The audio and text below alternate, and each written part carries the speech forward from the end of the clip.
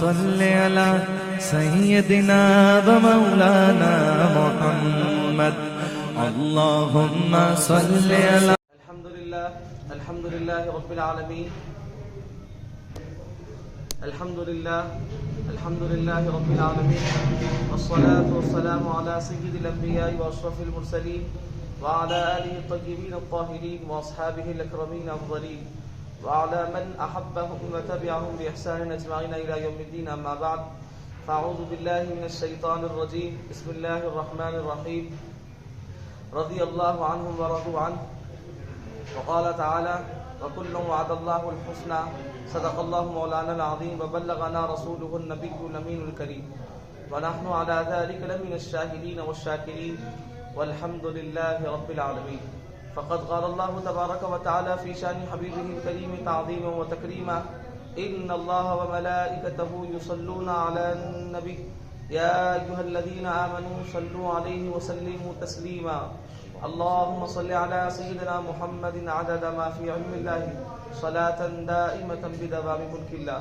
اللهم صل على سيدنا محمد عدد ما في علم الله صلاة دائمة بدوام ملك الله محترم مکرم ناظرین اکرام السلام علیکم ورحمۃ اللہ وبرکاتہ۔ آج ہم بہت ہی اہم اور حالات حاضرہ پر کی ضرورت کا موضوع عظمت صحابہ ہر صحابی نبی جنتی کانفرنس میں ہم حاضر ہے۔ ہمارے ساتھ خطیب الحجاز حضرت علامہ مولانا حافظ بخاری سید شاہ محمد سید شاہ خلیل اللہ اویس بخاری نقشبندی مجددی قادری صاحب، ہمارے ساتھ ڈائریکٹر ابوالفدا اسلامک ریسرچ سینٹر خلیفہ حضرت ابو رجا ہمارے ساتھ آج کے پروگرام میں شامل ہے۔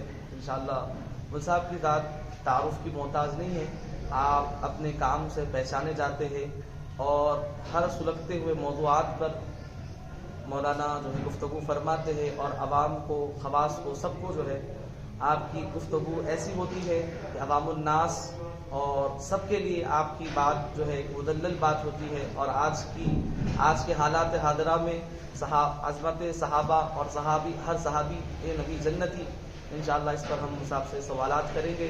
ہم حضرت کا جو ہے خیر مقدم کرتے ہیں اور جو ہے تحریک اور انوار اسلام نیٹ ورک کی جانب سے جزاکم اللہ خیر احسن رضا، اللہ تعالیٰ اس کا جو ہے آپ کو دنیا و آخرت میں اس کا جو ہے بدلہ نصیب فرمائے۔ بس ابھی جو میں نے خطبے کے دوران جو آیت کریمہ پڑھی اس کا ترجمہ دونوں آیت میں نے پڑھی، ایک رضی اللہ عنہ ورضوان اور دوسری وکل وعد اللہ الحسنی۔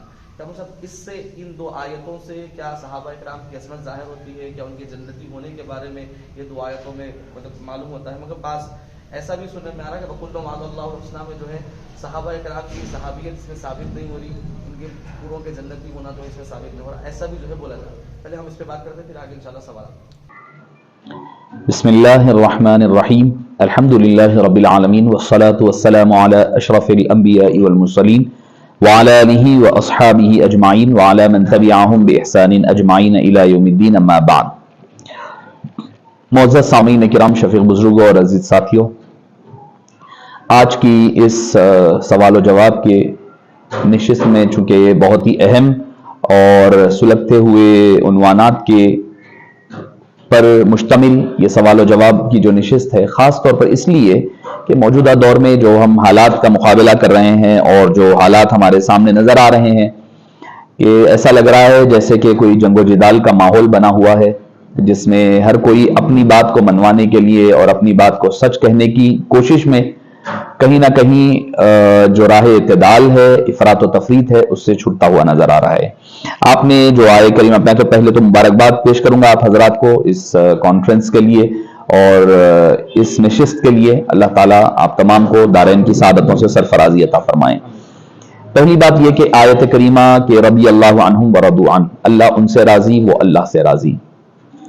اس آیت کریمہ کی اگر آپ اوپر کی طرف سورہ توبہ میں دیکھ لیں تو آیت کا آغاز ہو رہا ہے والسابقون الاولون من المہاجرین والانصار والذین اتبعوہم باحسان، کہ سب سے پہلے سابقین مہاجرین و انصار کا ذکر ہوا، والسابقون الاولون من المہاجرین والانصار، کہ پہلے وہ لوگ جو مہاجرین اور انصار ہے ایمان لانے میں آقا کریم علیہ السلام سے تعلق جوڑنے میں سبقت لے گئے، پہلے ان کا تذکرہ ہوا۔ پھر فرمایا والذین اتبعوہم، اور پھر ان انصار اور مہاجرین کی اتباع کرتے ہوئے جو دوسرے حضرات ایمان لے آئے ان کا بھی تذکرہ، یعنی اس میں کل صحابہ کرام جو ابتدا سے انتہا تک پوروں کو شامل کیا گیا۔ والسابقون الاولون من المہاجرین والانصار، یعنی ایمان لانے میں جو سبقت لے گئے، ہجرت میں، مہاجرین میں، انصار میں، پہلے ان کا تذکرہ، پھر ان کی اتباع کرنے والے یعنی جو بعد میں جو ایمان لے آئے ہیں ابتدائی دور کے بعد چھوڑ کر کے بعد کے ادوار میں، تو ان دونوں کو ملا کر بعد میں کہا گیا رضی اللہ عنہم ورضوان، اللہ ان سے بھی راضی ہے جو سابقین ہیں، ان سے بھی راضی ہے جو تابعین اور لاحقین ہیں۔ تو مطلب یہ کہ کل صحابہ کرام کے بارے میں یہ رضی اللہ عنہم ورضوان کی آیت کریمہ مشتمل ہے۔ جب اللہ راضی ہو جائے، اللہ سے وہ راضی ہو جائیں، اللہ ان سے راضی ہو جائے، تو ہم شما کس شمار میں کہ ہم اس پر اعتراض کر سکے، ہم سوال کر سکے، کیونکہ ہم کو وہ چیز۔ اور دوسری اہم بات یہ ہے کہ صحابہ کرام عقل اور فہم سے سمجھنے والی شخصیات کا نام نہیں ہے، صحابہ کرام قرآن اور حدیث کے ذریعے سے سمجھی جانے والی شخصیات کا نام ہے۔ ہم عقل و فہم کے ساتھ عقل لگا کر کے سمجھیں گے یہ ایسا ہوگا، یہ ایسا ہوگا، تو وہاں پر آدمی مات کھائے گا اور وہاں پر آدمی گمراہ ہوگا۔ اس کے برخلاف قرآن و حدیث کو سامنے رکھیں، قرآن و حدیث جو کہتا ہے اس پر عمل کر لیں، تو میں سمجھتا ہوں یہ بہت زیادہ آسان ہے۔ اور وَكُلًّا وَعَدَ اللَّهُ الْحُسْنَى، کہ اللہ نے ہر ایک کے ساتھ حسنہ کا وعدہ کیا ہے۔ تو اب ہر ایک کون ہے اس میں؟ حالانکہ اگر قرآن کریم دیکھیے، قرآن کریم اتنی خوبصورت کتاب ہے، اتنی منظم انداز میں اللہ تعالیٰ کی طرف سے نازل کردہ اور ترتیب شدہ کتاب ہے، ایک ایک حرف دوسرے حرف کی شرح کرتا ہوا نظر آتا ہے۔ آپ کو اگر کوئی آیت سمجھنا ہے تو اس کا پہلے کی آیت کو سمجھنا پڑے گا، تعلق بالآیات کیا ہے، ربط کیا ہے ایک آیت کا دوسرے آیت کے ساتھ، یہ سمجھنا بہت ضروری ہے قرآن کریم کے فہم کے لیے۔ اگر خالی کاپی پیسٹ کر کے ہم قرآن سمجھنے لگ جائیں گے یا حدیث کو کاپی پیسٹ سمجھنے لگیں گے تو پھر ہم میں اور غیر مخلدین میں، اہل حدیث میں کوئی فرق باقی نہیں رہ جائے گا۔ وہ بھی یہی کرتے ہیں کہ جہاں اپنی مطلب کی بات ہونا ہے، آیت میں سے اتنا ٹکڑا اٹھا لیتے ہیں، حدیث پاک میں سے اتنا ٹکڑا اٹھا لیتے ہیں، اس کا پہلا اگلا دونوں چھوڑ دیا کرتے ہیں۔ تو وَكُلًّا وَعَدَ اللَّهُ الْحُسْنَى کی آیت کا آغاز اور ابتدا میں جو پہلے جو تذکرہ ہو رہا ہے، لَا يَسْتَوِي مِنكُم مَّنْ أَنفَقَ مِن قَبْلِ الْفَتْحِ وَقَاتَلَ، کہ جو لوگ فتح مکہ سے پہلے ایمان لائے اور فتح مکہ کے بعد ایمان لائے اور جہاد کیے اور مال خرچ کیے، وہ اور بعد والے دونوں برابر نہیں ہو سکتے، یہ ذکر ہو رہا ہے۔ تو مطلب کیا ہو گیا؟ وہ حسنہ کا جو وعدہ ہے اس کا تعلق آیت کے پچھلے حصے سے ہے، کیا؟ لا يستوی منکم من انفق من قبل الفتح وقاتل، کہ جو فتح مکہ سے پہلے جو ایمان لے آئے، قتل و جہاد کیا، اللہ کی راہ میں مال خرچ کیا، وہ اور بعد والے دونوں برابر نہیں ہو سکتے۔ اس کے بعد کہا وَكُلًّا وَعَدَ اللَّهُ الْحُسْنَى، اور اللہ تعالیٰ نے پھر ان سب سے حسنہ کا وعدہ کیا۔ حسنہ کے بارے میں بہتری کیا ہو سکتی؟ دنیا میں کچھ مل جائے، آدمی نہ ملے چل جائے گا، مگر اللہ کی رضا مل جائے، اللہ راضی ہو جائے، جنت مل جائے، اس سے بڑھ کر کے اور حسنہ کا مقام و مرتبہ کیا ہو سکتا ہے؟ ارے صحابہ کرام تو جنتی تو دور کی بات ہے، ہم اور آپ گناہگار، خطاکار، ہر اعتبار سے ہم انحطاط کے زمانے میں بھی ہے، اس کے باوجود بھی اسی صحابہ کرام کے پہنچائے ہوئے قرآن، انہی صحابہ کرام کی پہنچائی ہوئی حدیث کو ہم جب پڑھ کر کے جنتی ہم بن سکتے ہیں تو ان کا عالم کیا ہوگا، ان کے درجات کیا ہوں گے، ان کے مقام و مرتبہ کیا ہوگا۔ تو جو ہے اپنے آپ کو میں ایک ہی بات کہوں گا اس حوالے سے کہ صحابہ کرام کو جو ہے عقل و فہم سے سمجھنے کی کوشش نہ کریں۔ عقل و فہم سے آدمی جب سمجھے گا مات کھائے گا، وہ قرآن و حدیث سے سمجھی جانے والی شخصیات ہے، ان کو اسی طرح سمجھا جائے جس طرح آقا کریم علیہ السلام نے اور قرآن کریم نے اس کا پس منظر پیش فرمایا ہے۔ ماشاءاللہ، سبحان اللہ۔ اس کے بعد مطلب ایک سوال شامل کرتے ہیں، صحابی کسے کہتے ہیں؟ صحابی کی تعریف کیا ہے؟ صحابی کی تعریف اگر آپ کتب لغت میں اگر تلاش کریں گے، صحابہ یصحبو، کہ کسی کی صحبت میں رہنے والا۔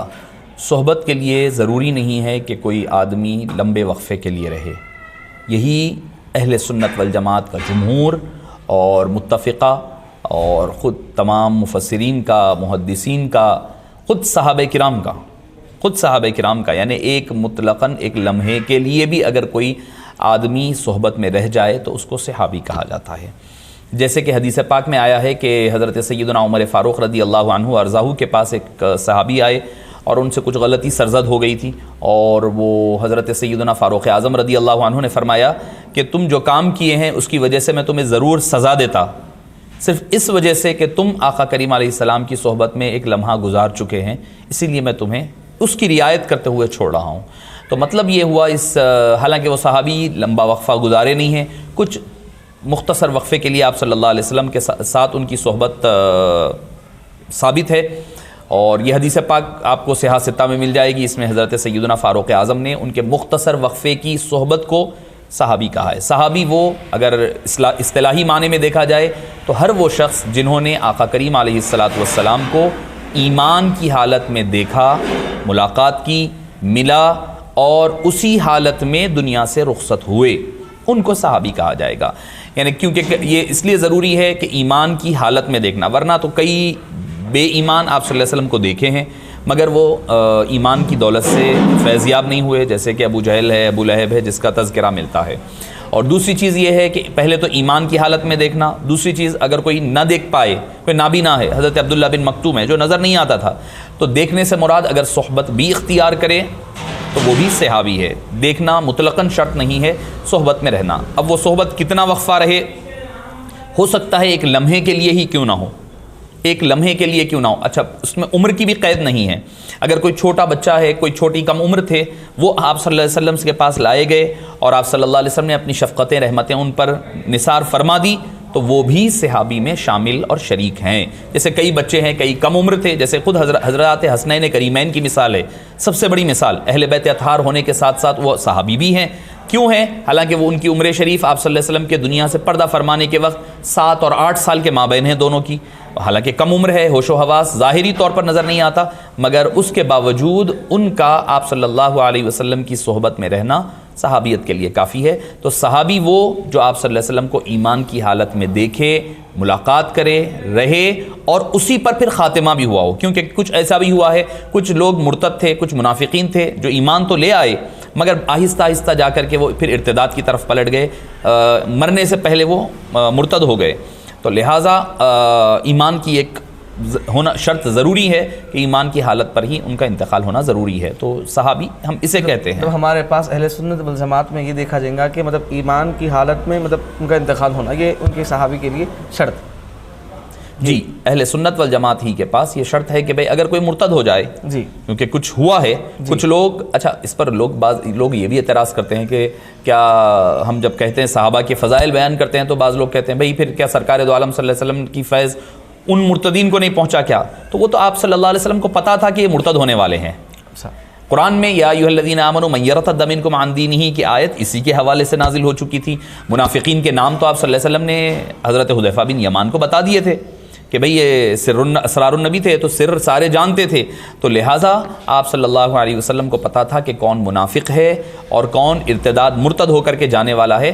تو لہٰذا ایمان کی شرط ضروری ہے، ایمان پر ان کا خاتمہ ہونا ضروری ہے. اگر ایمان پر خاتمہ نہ ہو تو وہ آدمی پھر صحابیت جب ایمان سے خارج ہو جائے گا تو خود بخود وہ صحابیت کے درجے سے بھی خارج ہو جائیں گے.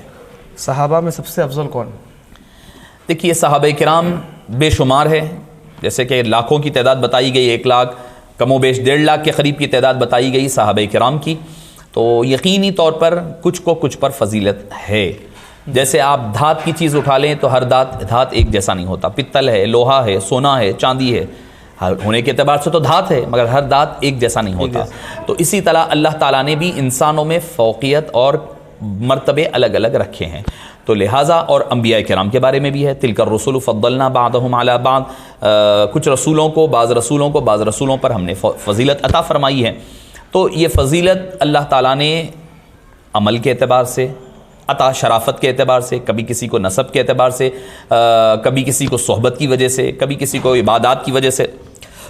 مگر فضیلت کا معاملہ جو ہوتا ہے وہ عبادات اور حبیب پاک صلی اللہ علیہ وسلم کی نسبت کی وجہ سے ہوتا ہے. تو صحابہ کرام میں جو اہل سنت والجماعت کا متفقہ عقیدہ ہے اس پر البتہ اہل شیعہ حضرات وغیرہ کے پاس عقیدہ مختلف ہے. چونکہ بات اہل سنت والجماعت کی ہو رہی ہے تو اہل سنت والجماعت کے نزدیک تمام صحابہ کرام میں سیدنا ابو بکر صدیق رضی اللہ عنہ سب سے افضل ہیں. ترتیب خلافت ترتیب فضیلت ہی ہے. آپ بولیں گے کہ بھئی چونکہ کئی صحابہ کرام میں بھی ہے اقوال ملتے ہیں. اگر آپ تکمیل الایمان شاہ عبدالحق محدث دہلوی علیہ رحمہ کی پڑھیں گے تو انہوں نے اس میں افضلیت کے جو مختلف اقوال ہے اس کو ذکر کیا ہے. ایک قول بی بی فاطمہ کا ہے، ایک قول شاذ قول شاید ہو سکتا بہت کم حضرات نے سنا ہوگا، بی بی عائشہ کا بھی ہے، بی بی عائشہ رضی اللہ عنہا کا بھی ایک شاذ قول ہے. پھر ایک قول حضرت سیدنا ابراہیم کا ہے، حضرت سید آپ صلی اللہ علیہ وسلم کے شہزادے کا ہے. ایک قول حضرت علی کا بھی ہے. تو اقوال تو مختلف ہیں، یہ شاذ اور نادر اقوال ہے، ایک انڈیویجول اقوال ہے. چونکہ میرا اس پر تفصیلی خطاب اس سے قبل بھی آپ دیکھ سکتے ہیں کہ موجود ہے، میں اختصار کے ساتھ اس لیے کہنا ضروری ہے کہ دو چیزیں ہیں. پہلی بات یہ ہے کہ یہ اقوال جب ذکر ہوتے ہیں تو اقوال جب ذکر ہوتی ہے جب بحث ہوتی ہے. کوئی چیز کے بارے میں اگر ایک کیس چل رہا ہے تو بھئی ان کے دلائل کیا ہے، ان کے دلائل کیا ہے، سنا جاتا ہے، سن کر ایک فیصلہ دیا جاتا ہے. جب اقوال مختلف ہوں اور جب فیصلہ ہو جائے تو پھر اقوال کی کوئی حیثیت نہیں رہتی، فیصلے کی حیثیت رہا کرتی ہے کہ اب فیصلہ کیا ہوا ہے. ہمارے اکابرین بیٹھ کر کے جتنے فضیلت کے جتنے چانسز تھے، جس کے بھی اقوال تھے، ان سب کو سامنے رکھ کر کے اس نتیجے پر پہنچے ہیں کہ ساروں میں حضرت سیدنا ابو بکر صدیق کو فضیلت حاصل ہے. یہ اہل سنت والجماعت کا متفقہ عقیدہ ہے، اسی پر اتفاق ہے. اب جب فیصلہ ہو گیا ہے تو فیصلے کے بعد ہم دلائل پر بحث نہیں کرنا چاہیے، فیصلے کی بات ہوگی. اب جیسے مثال دیتا ہوں میں، بابری مسجد کا قضیہ ہے، بابری مسجد کا اور مندر کا کیس چلا. بابری مسجد کے ماننے والوں نے، مسلمانوں نے اپنے دلائل دیے، مندر والوں نے اپنے دلائل دیے. اب دلائل کس کے صحیح تھے، کس کے کیا تھے، مجھے بھی نہیں پتا ہے، آپ کو بھی نہیں پتا ہے. اب بات کیا ہوتی ہے کہ بھئی سپریم کورٹ کا فیصلہ یہ آیا کہ بھئی مندر کے حوالے کر دیا جائے. اب نہ تو میں بینگ اے مسلم اپنے دلائل پر بحث کرتا ہوں، نہ مندر والے مندر کے دلائل پر بحث کرتے ہیں. بحث ہوتی ہے تو کیا ہوتی ہے، فیصلے پر ہوتی ہے. تو فیصلہ جب ہو جاتا ہے تو دلائل پر نہیں، فیصلوں پر بحث ہوتی ہے.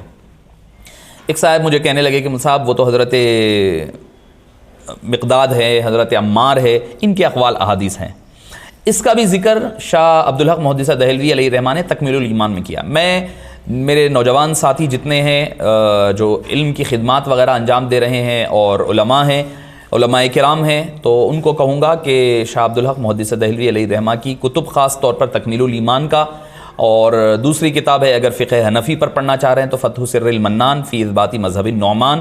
کچھ کتابیں ایسی ہیں جو آپ ضرور اپنے مطالعے میں رکھیں. وہ اس لیے کہہ رہا ہوں میں کہ شاہ عبدالحق صاحب ہند و پاک میں عقائد اہل سنت والجماعت کی بنیاد رکھنے والے لوگوں میں سے. بنیاد تو آقا کریم علیہ السلام نے رکھی ہے، مگر اس کے دلائل جو آج ہمارے پاس جتنے ہیں نا، آپ کے جتنے دلائل ملتے ہیں، کیا کیا اہل سنت کے جو معمولات اور عقائد ہے، فاتحہ دینا، سلام پڑھنا، درود، فاتحہ، جتنی چیزیں ہیں 11ویں 12ویں، ساری دلائل کا آغاز آپ نے اس کی دلائل رکھے ہیں. اسی کی بنیاد پر بعد کے علماء کرام نے اس کو پھیلایا ہے. تو اس میں آپ نے احادیث کا ذکر کیا ہے حضرت مقداد کا کہ ایک مرتبہ وہ بازار میں حضرت مولا مشکل کشا کرم اللہ وجہہ الکریم سے ملاقات کی ہے.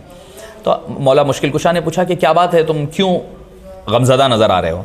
تو انہوں نے کہا کہ لوگ مجھ پر لان تان کر رہے ہیں. بولے کس لیے؟ انہوں نے کہا کہ میں آپ کو سب سے زیادہ افضل مانتا ہوں، میں آپ کی فضیلت کا قائل ہوں، افضلیت کا قائل ہوں، اسی لیے لوگ مجھے لان تان کرتے ہیں. تو آپ نے مسکراتے ہوئے ان کو ساتھ لیا اور اپنے گھر لے کر گئے. لے جا کر کے پھر ایک حدیث پاک سنائی. فرمایا کہ مقداد، میں نے آقا کریم علیہ السلام کو کہتے ہوئے سنا ہے کہ کیا کہ فضیلت کے اعتبار سے ابو بکر صدیق سب سے افضل ہیں. تو میں ایک حضرت علی کی اولاد میں سے سید ہونے کے اعتبار سے، میں بطور فخر نہیں بلکہ تحدیث نعمت کے طور پر کہہ رہا ہوں میں کہ اگر حضرت مقداد کا ایک قول ہے سامنے، حضرت عمار کا ہے، کسی اور کا بھی قول ہے، حضرت ابو سعید خدری کا ہوگا، ہر ایک کا قول ہوگا. ہر ایک کا قول یقیناً سر آنکھوں پر ہے، ہر صحابی کا قول میرے لیے، مگر میں چونکہ سید ہونے کے اعتبار سے خصوصی نسبت اور محبت مولا مشکل کشا سے مجھے حاصل ہے، تو میں سید ہونے کے اعتبار سے میں اپنے جد حضرت علی کے قول کو مانوں گا، جس میں علی مشکل کشا کہتے ہیں کہ وہ ابو بکر صدیق کو افضل مانتے ہیں. تو لہٰذا جو یہ مسئلہ جو ہے افضلیت کا، یہ ہے کہ بھئی ہاں انفرادی فضیلت ہر ایک کی پھر الگ الگ بھی ہے. انفرادی فضیلت جب ہے تو اس فضیلت میں دوسرا شامل نہیں ہے ان کے ساتھ. جامع افضلیت حضرت صدیق اکبر کی ہے. قدیر حسن رحمۃ اللہ علیہ اپنے شعر میں فرماتے ہیں، مطلب علی مرتضیٰ کے قول پر حسرت کا ہے ایمان، محمد مصطفیٰ کا جانشین صدیق اکبر. سبحان اللہ، سبحان. بے شک صحیح ہے کہ انفرادی انڈیویجول فضیلت ہے، انڈیویجول فضیلت سے جامع فضیلت حاصل نہیں ہوتی.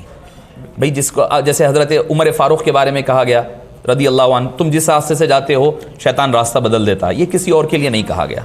حضرت عثمان غنی کے بارے میں کہا گیا کہ تم جو چاہے کرو، آج کے بعد تمہیں دوزخ کی آگ نہیں چھوئے گی، دوسرے کو نہیں کہا گیا.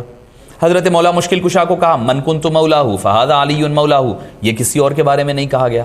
حضرت ابو، ہر ایک کے اپنے اپنے، حضرت بلال کا کچھ ایک خصوصیت ہے، حضرت عبیدہ بن جراح کی الگ خصوصیت، عبد الرحمن بن عوف کی الگ، ہر صحابی کی اپنی اپنی ایک خصوصیت ہے جس میں ضروری نہیں ہے کہ دوسرے بھی شامل ہو. مگر جامع فضائل سارے سبجیکٹس میں جو پاسنگ مارکس ہو تو اس کو ٹاپر کہتے ہیں. تو اس اعتبار سے بلا تشبیہ صدیق اکبر رضی اللہ عنہ تمام صحابہ کرام میں افضل ترین ہے.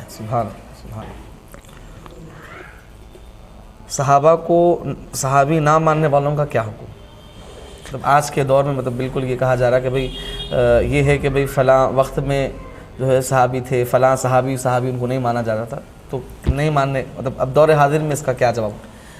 دیکھیے پہلی بات یہ ہے کہ صحابہ کرام مینار نور ہے. حبیب پاک صلی اللہ علیہ وسلم نے خود فرمایا اصحابی کالنجوم، میرے صحابہ تاروں کے مانند ہے. بِأَيِّهِمْ اِقْتَدَيْتُمْ اِهْتَدَيْتُمْ، تم جس کسی کی بھی اقتدا کرو گے کامیاب ہو جاؤ گے. اور دوسری چیز یہ سمجھنی چاہیے کہ صحابی بنتا کیسے ہے آدمی. صحابی بھئی بننے کے لیے کیا چیز ضروری ہے اور نکلنے کے لیے کیا چیز ضروری ہے. سب سے پہلی چیز، بننے کے لیے آقا کریم علیہ السلام کی صحبت ضروری ہے. عمل کی وجہ سے کوئی صحابی نہیں بنتا. عمل کی وجہ سے اگر صحابی کوئی نہیں بن سکتا تو عمل کی بنیاد پھر صحابیت سے نکال بھی نہیں سکتے. مصطفیٰ جان رحمت صلی اللہ علیہ وسلم کی صحبت نے ان کو صحابی بنایا، تو مصطفیٰ جان رحمت صلی اللہ علیہ وسلم کی صحبت یا پھر ایمان سے پلٹ جانا، ارتداد ہی ان کو صحابیت کے درجے سے نکالے گا. ورنہ تو ہم اور آپ نہیں ہے کہ کوئی ان کے عمل کو ذکر کر کر کے. یقیناً دیکھیے صحابی انسان ہے، بشر ہے، معصوم نہیں ہے. سوائے انبیاء کے کوئی معصوم نہیں ہے، چاہے وہ صحابہ ہو چاہے اہل بیت اطہار ہو، کوئی معصوم نہیں. اہل سنت والجماعت کا یہ عقیدہ ہے. اہل تشیع حضرات کا ہے، وہ پھر ائمہ کے بارے میں مختلف ہی عقیدہ ہے ان کا، وہ معصومیت کا. مگر ہمارے پاس کوئی معصوم نہیں ہے سوائے انبیاء کے. صحابہ بشر ہونے کے اعتبار سے، انسان ہونے کے اعتبار سے معصوم نہیں ہے، محفوظ ضرور ہے. وہ معصوم نہیں، ان سے امکان خطا ہے، مگر اللہ تعالیٰ ان کو خطا سے محفوظ رکھتا ہے. اگر ولو بالفرض کوئی خطا ہو بھی جاتی ہے تو ہم اس کو خطا نہیں بلکہ ہم اس کو لغزش کہیں گے کہ وداؤٹ انٹینشن، بغیر کوئی دلی ارادے کے ساتھ وہ کوئی کام کرتے ہیں.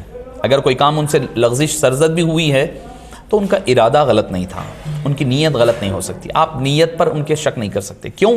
قرآن کہہ رہا ہے وَيُزَكِّيهِمْ، آقا کریم علیہ السلام نے ان کا تزکیہ کیا ہے. ارے ہمارا 1400 سال کے بعد کا کوئی اگر پیر آ جائے تو وہ تزکیہ کر دے قلب پر توجہ دے کر کے، ذکر و اذکار کر کر کے.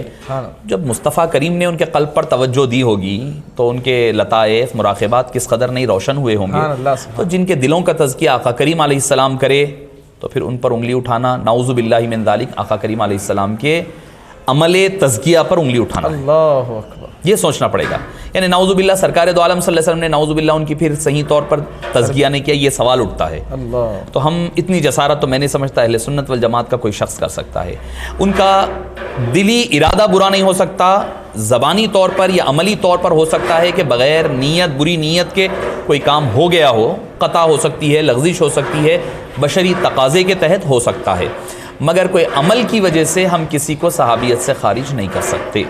اور رہی بات اگر کوئی آدمی کوئی صحابی ہے، صحابی کے ہوتے ہوئے اس کو صحابیت سے خارج کرتا ہے تو وہ آدمی اہل سنت والجماعت کا نہیں ہو سکتا. خارج اہل سنت والجماعت ہوگا.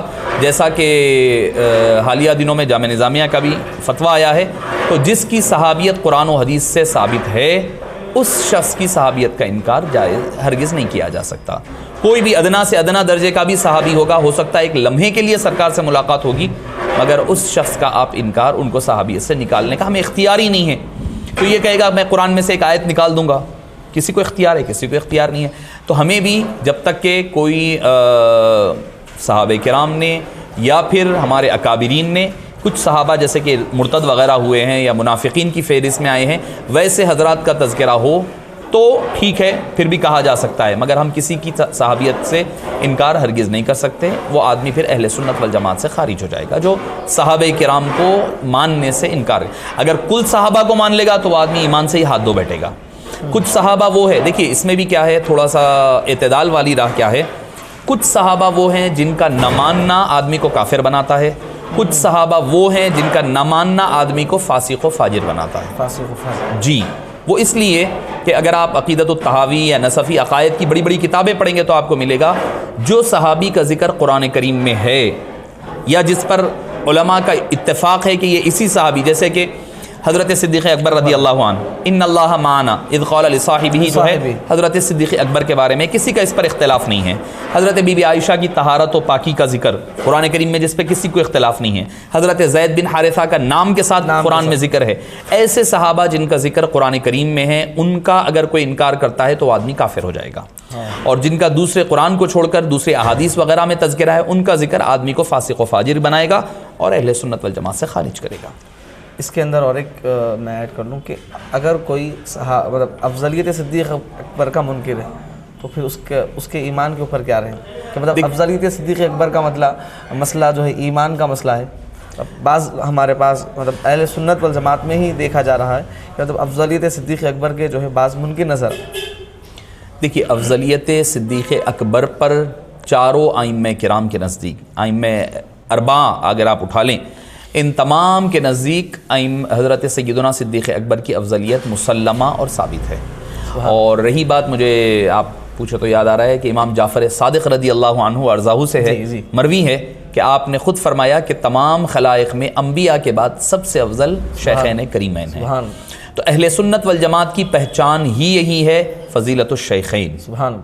پہلی چیز ہے کہ شیخین کی فضیلت کا ماننا، حب القطنین، دونوں دامادوں سے محبت کرنا۔ چاروں خلفاء کو تقسیم یوں کی ہے کہ دونوں کی فضیلت کو ماننا اور دونوں کے سے محبت کرنا، باقی دو سے فضیلت، دو سے محبت کرنا، یہ دونوں چیزیں احناف کے نزدیک اہل سنت والجماعت کے عقائد کی بنیاد ہے۔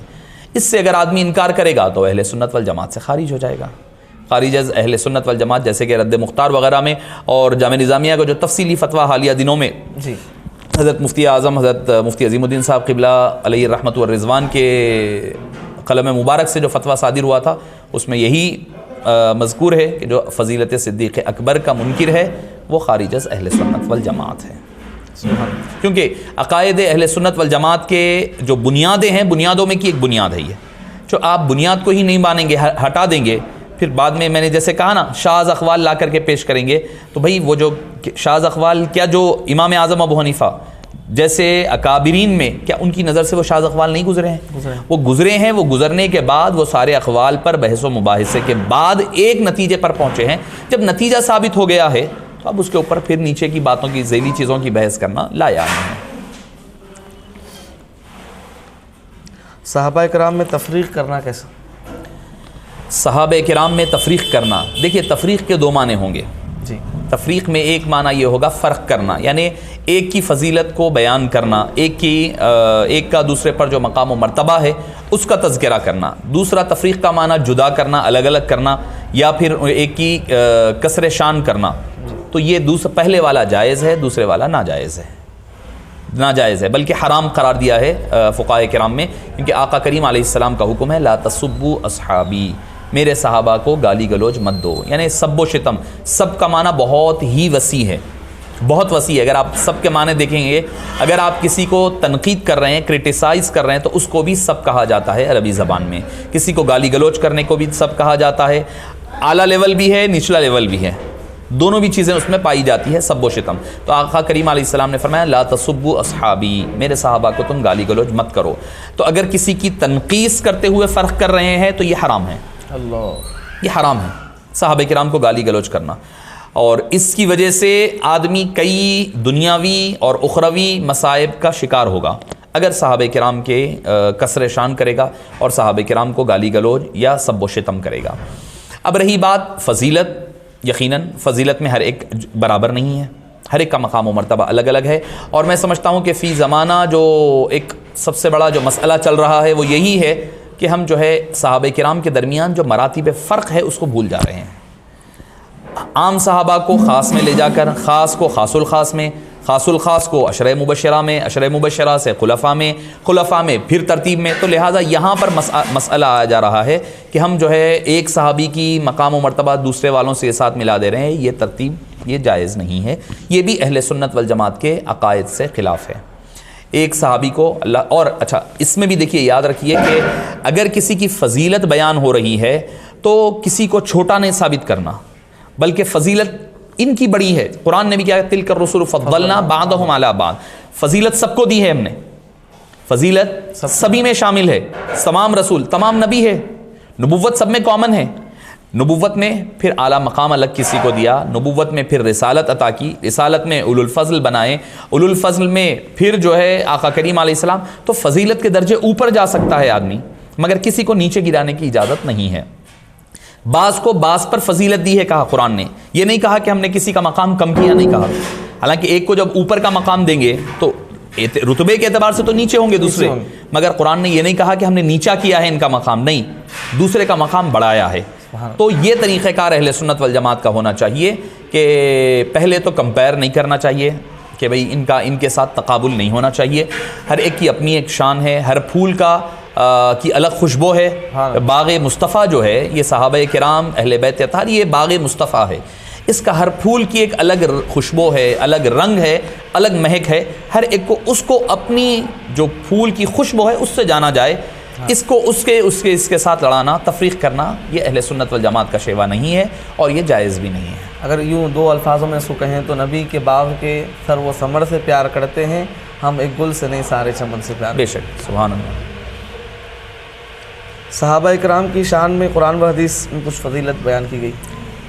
دیکھیے قرآن کریم تو آپ آغاز ہی کیے ہیں کہ آغاز کا ہی آپ میں ہی قرآن کی دو آیات کی تلاوت کی ہیں کہ بھئی لا یستوی منکم من انفق من قبل الفتح وقاتل, پھر اس کے بعد رضی اللہ عنہم ورضوا عنہ وکلا وعد اللہ الحسنى. قرآن کریم اور ان کا مقام قرآن کریم نے کیسے بیان کیا, آپ کی توجہ میں مبذول کرواؤں. احد کا موقع تھا, اس موقع پر ہوا یہ کہ بعض صحابہ کرام جنگ کے دوران, صحابہ کرام جلیل القدر صحابہ ہیں اس میں, کہ کم ہمتی اس اعتبار سے کہ مقابلہ بڑھ گیا تھا, افراتفری پھیل گئی ہے اور یہ افواہ پھیل گئی ہے کہ آقا کریم علیہ السلام کی شہادت ہو گئی ہے, کئی باتیں ہو گئی جس کی وجہ سے خود صحابہ کرام مدینہ منورہ کی طرف چلے گئے, میدان سے مدینہ کی طرف روانہ ہو گئے. تو ہم اس میں بھی کوئی ہلکا لفظ استعمال نہیں کر سکتے, نعوذ باللہ. ہاں وہ اپنا ان کا معاملہ کیا تھا وہ اللہ بہتر جانے. قرآن کہتا ہے ان الذین تولوا منکم یوم جمعان انما استذلهم الشیطان ببعض ما کسبوا, کہ بعض لوگ تھے چلو مدینہ پاک کی طرف واپس چلے گئے. بعد میں کسی نے حضرت سیدنا عثمان غنی پر تان کیا تو حضرت عبداللہ بن عمر رضی اللہ عنہما کے سامنے جب تان ہوا حضرت عثمان غنی پر رضی اللہ عنہ ارضاہ پر, تو آپ نے فرمایا اے نادان, تو پہلی آیت کا ٹکڑا پڑھ رہا ہے, اس کے بعد کا ٹکڑا نہیں پڑھتا. وَلَقَدْ عَفَى اللَّهُ عَنْهُمْ, اور اللہ نے ان سب کو معاف بھی فرما دیا. تو معزز سامعین کرام, ان کی شان یہ ہے کہ بھئی اگر ان کا کوئی مسئلہ ہوتا, وہ کچھ سوال کرتے تو قرآن اس کا جواب دیتا ہے. ان کی مقام دیکھیں آپ, یسألونک عن الانفال, یسألونک عن المحیض, یسألونک عن الاہلہ, یسألونک عن الخمر والمیسر. جب بھی یسألونک کے الفاظ آتے ہیں اس سے مراد صحابہ کرام ہوتے ہیں, وہ سوال کرتے ہیں, یعنی وہ آپ سے سوال کرتے ہیں. ان کا مقام و مرتبہ قرآن ذکر کر رہا ہے. پھر فرمایا محمد الرسول اللہ, محمد اللہ کے رسول ہیں صلی اللہ علیہ وسلم. والذین معہ, قربان جائیے, حالانکہ ٹائٹل عنوان ہے صحابہ کرام کا, یہ مکمل آیت کریمہ صحابہ کرام کے فضیلت پر ہے, ان کے فضائل ذکر ہو رہے ہیں. اگر خاص معنی میں لیں تو والذین معہ صدیق اکبر ہے, اشداء علی الکفار فاروق اعظم ہے, رحماء بینہم عثمان غنی ہے, اور تراہم رکعا سجدن یہ مولا مشکل کشا ہے. مگر اگر آپ عمومی معنی لیے جائیں تو تمام صحابہ کرام کی فضیلت ہے, مگر اللہ تعالیٰ اس کی آیت کا آغاز کر رہا ہے محمد الرسول اللہ, یعنی اس آیت کا عنوان اور ٹاپک محمد الرسول اللہ, یعنی ان کی نسبت کا اظہار ہو رہا ہے. ابو بکر کی صداقت, عمر کی شجاعت, عمر کی فراست و عدالت, عثمان کی سخاوت, علی کی شجاعت و علم, سب کا سب مصطفیٰ جان رحمت صلی اللہ علیہ وسلم کی فیض کے دریا ہے, فیض کے پھیلے ہوئے راستے ہیں, نکلنے کے ذرائع ہے. سمندر مصطفیٰ سے جو فیض بہا ہے یہ چاروں دریاؤں کی شکل میں ہمیں نظر آتا ہے. تو معزز سامعین کرام, قرآن کریم میں بے شمار مقامات پر اور اللہ تعالیٰ نے ان کے ایمان کو ہمارے لیے نمونے کے طور پر پیش فرمایا. فَإِنْ آمَنُوا بِمِثْلِ مَا آمَنْتُمْ بِهِ فَقَدِ اهْتَدَوْا, تم ایسے ایمان لاؤ جیسے کہ انہوں نے ایمان لایا تھا. فَقَدِ اهْتَدَوْا, تاکہ تم کامیاب ہو جاؤ. یعنی ان کا ایمان اللہ کے نزدیک ایک معیار ہے ہمارے لیے. ہم اگر چاہتے ہیں کہ ہدایت پائیں, اللہ کی رہنمائی, اللہ کا قرب پائیں, تو ہمارے لیے لازم ہے کہ ہم ان کی طرح ایمان لائیں تاکہ ہم ہدایت یافتہ بن سکیں. قرآن کریم میں بے شمار مقامات ہے. احادیث طیبہ میں آپ صلی اللہ علیہ وسلم نے دیکھیے نسبت مصطفیٰ کی وجہ سے آدمی کو کیا پروٹیکشن ملتا ہے. میں نے جو کہا تھا نا کہ یہ عمل کی وجہ سے نہیں صحبت کی وجہ سے صحابی بنے. بخاری شریف کی حدیث پاک ہے, ایک صحابی تھے ان کا نام میں ذکر نہیں کروں گا چونکہ یہ بھی ادب کا تقاضا ہے. کوئی چیز اگر ان کے درمیان ان سے کوئی ہو جائے تو کیا ملے گا اگر میں نام ذکر نہ کروں اس صحابی کا.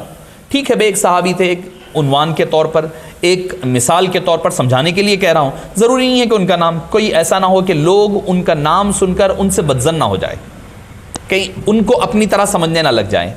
تو ایک صحابی تھے جن کے بارے میں ملتا ہے کہ شراب کا استعمال کیا, ان پر حد جاری ہوئی ایک مرتبہ, پھر دوبارہ ہوا وہی غلطی, دوبارہ حد جاری ہوئی, تیسری مرتبہ, اور یہ بخاری شریف کی حدیث پاک ہے, تیسری مرتبہ ان سے حد جاری ہوئی تو بعض صحابہ کرام ان کو لعن طعن کرنے لگے کہ کیسا آدمی ہے کہ حد پر حد جاری ہو رہی ہے اور اپنے گناہ سے یہ پرہیز نہیں کر رہے ہیں, پلٹ کر نہیں آ رہے ہیں. جب لعن طعن کرنے لگے آقا کریم علیہ الصلوۃ والسلام اپنے حجرہ مبارکات میں تھے, نکل کر کے باہر آئے اور فرمایا لا تلعنوہ فواللہ انی اعلم انہ لحب اللہ ورسولہ.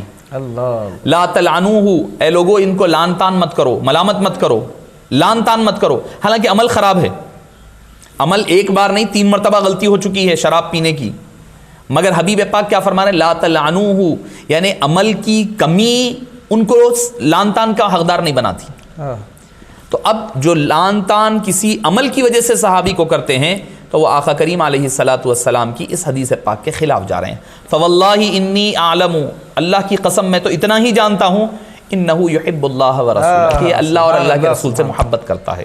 یعنی اچھا محبت بعض وقت ایک ہمارے پاس کیا ہوتا ہے کہ اگر کوئی اہل سنت والجماعت کے کوئی آدمی, عام آدمی کی کہہ رہا ہوں, کوئی داڑھی والے صاحب ہو سکتے ہیں, کوئی امامہ پہننے والے, کوئی غلطی ہو جائے تو لوگ کہتے ہیں داڑھی رکھتے ہوئے کر رہے ہیں فلاں, تو اس کا اس سے کوئی تعلق ہی نہیں ہے.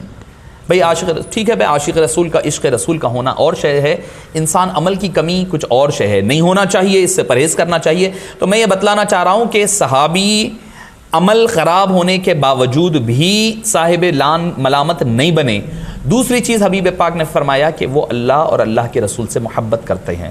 تو محبت خداوند قدوس اور محبت رسول اکرم صلی اللہ علیہ وسلم آدمی کی کیسے حفاظت کرتا ہے کہ آدمی کو ملامت سے بچایا کرتا ہے. تو قرآن اور حدیث میں بے شمار صحابہ کرام کے فضائل آئے ہیں, اور بخاری شریفی میں ہیں کہ بھئی اگر ایک صحابی ایک مد یا آدھا مد خرچ کرے اور تم احد کے برابر سونا بھی خرچ کر دو تو تم ان کے اجر و ثواب کے برابر نہیں پہنچ سکتے. تو یہ معاملہ ہے صحابہ کرام کا. آدمی جو ہے لاکھ عمل کر لے, عابد بن سکتا ہے, مفسر بن سکے گا, محدث بنے گا, فقی بنے گا, صوفی بنے گا, لاکھ عمل کچھ بھی کر لے, صحابی نہیں بن سکتا. ہو سکتا ہے کہ صحابہ کرام علم کے اعتبار سے, عمل کے اعتبار سے کمتر رہے ہوں گے. کچھ صحابہ ہے بالکل پڑھنے لکھنے نہیں آتا تھا ان کو, بعد والوں میں علم پھیلا, عالم بعد میں بنے لوگ. بعض ایسے بھی ہے جن کو عبادت کا بھی موقع نہیں ملا, مگر وہ جنتوں کے اس اعلیٰ مقامات پر رہیں گے جس پر ہم اور آپ کا ذہن و گمان بھی نہیں جا سکتا ہے.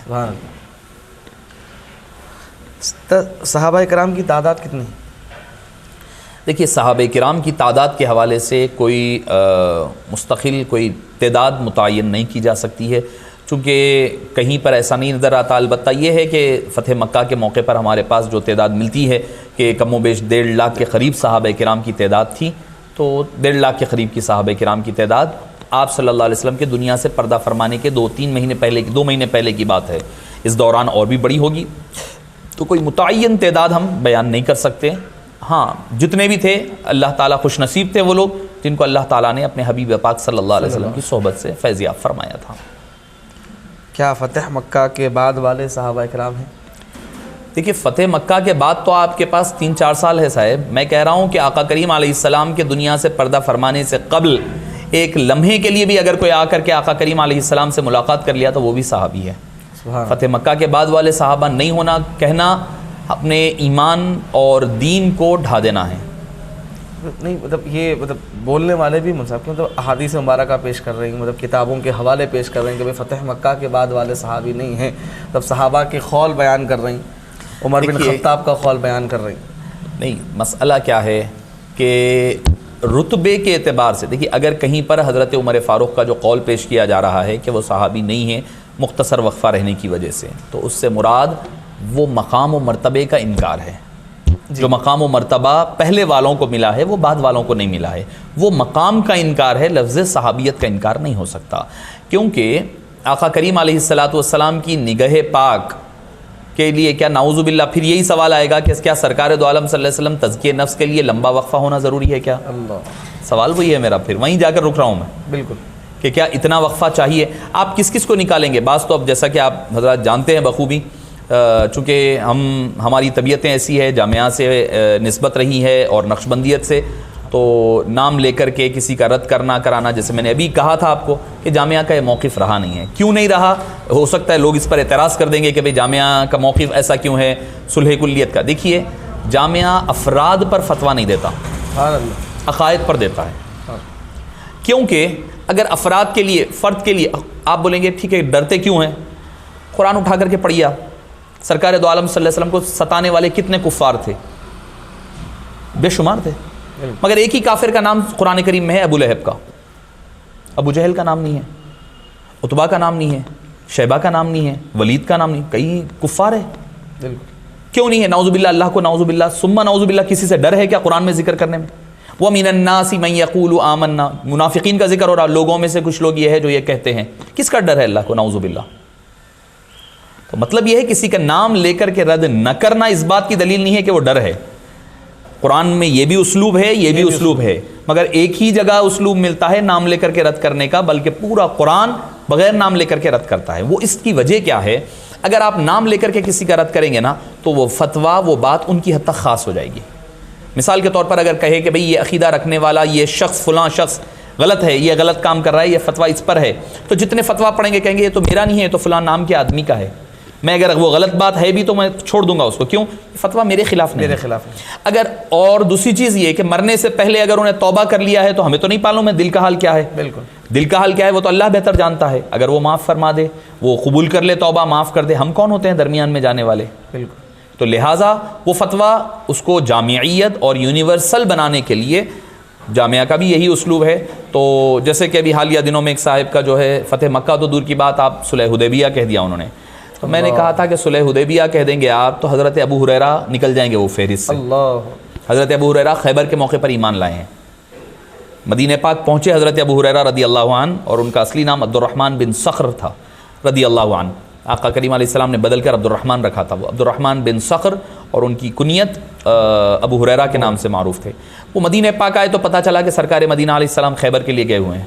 وہ پہنچنے لگے, اس دوران جنگ ختم ہو چکی تھی, واپس آئے. تو بہرحال تقریباً 8 سن ہجری میں تشریف لائے, فتح مکہ سے کچھ قبل, صلح حدیبیہ کے بہت بعد.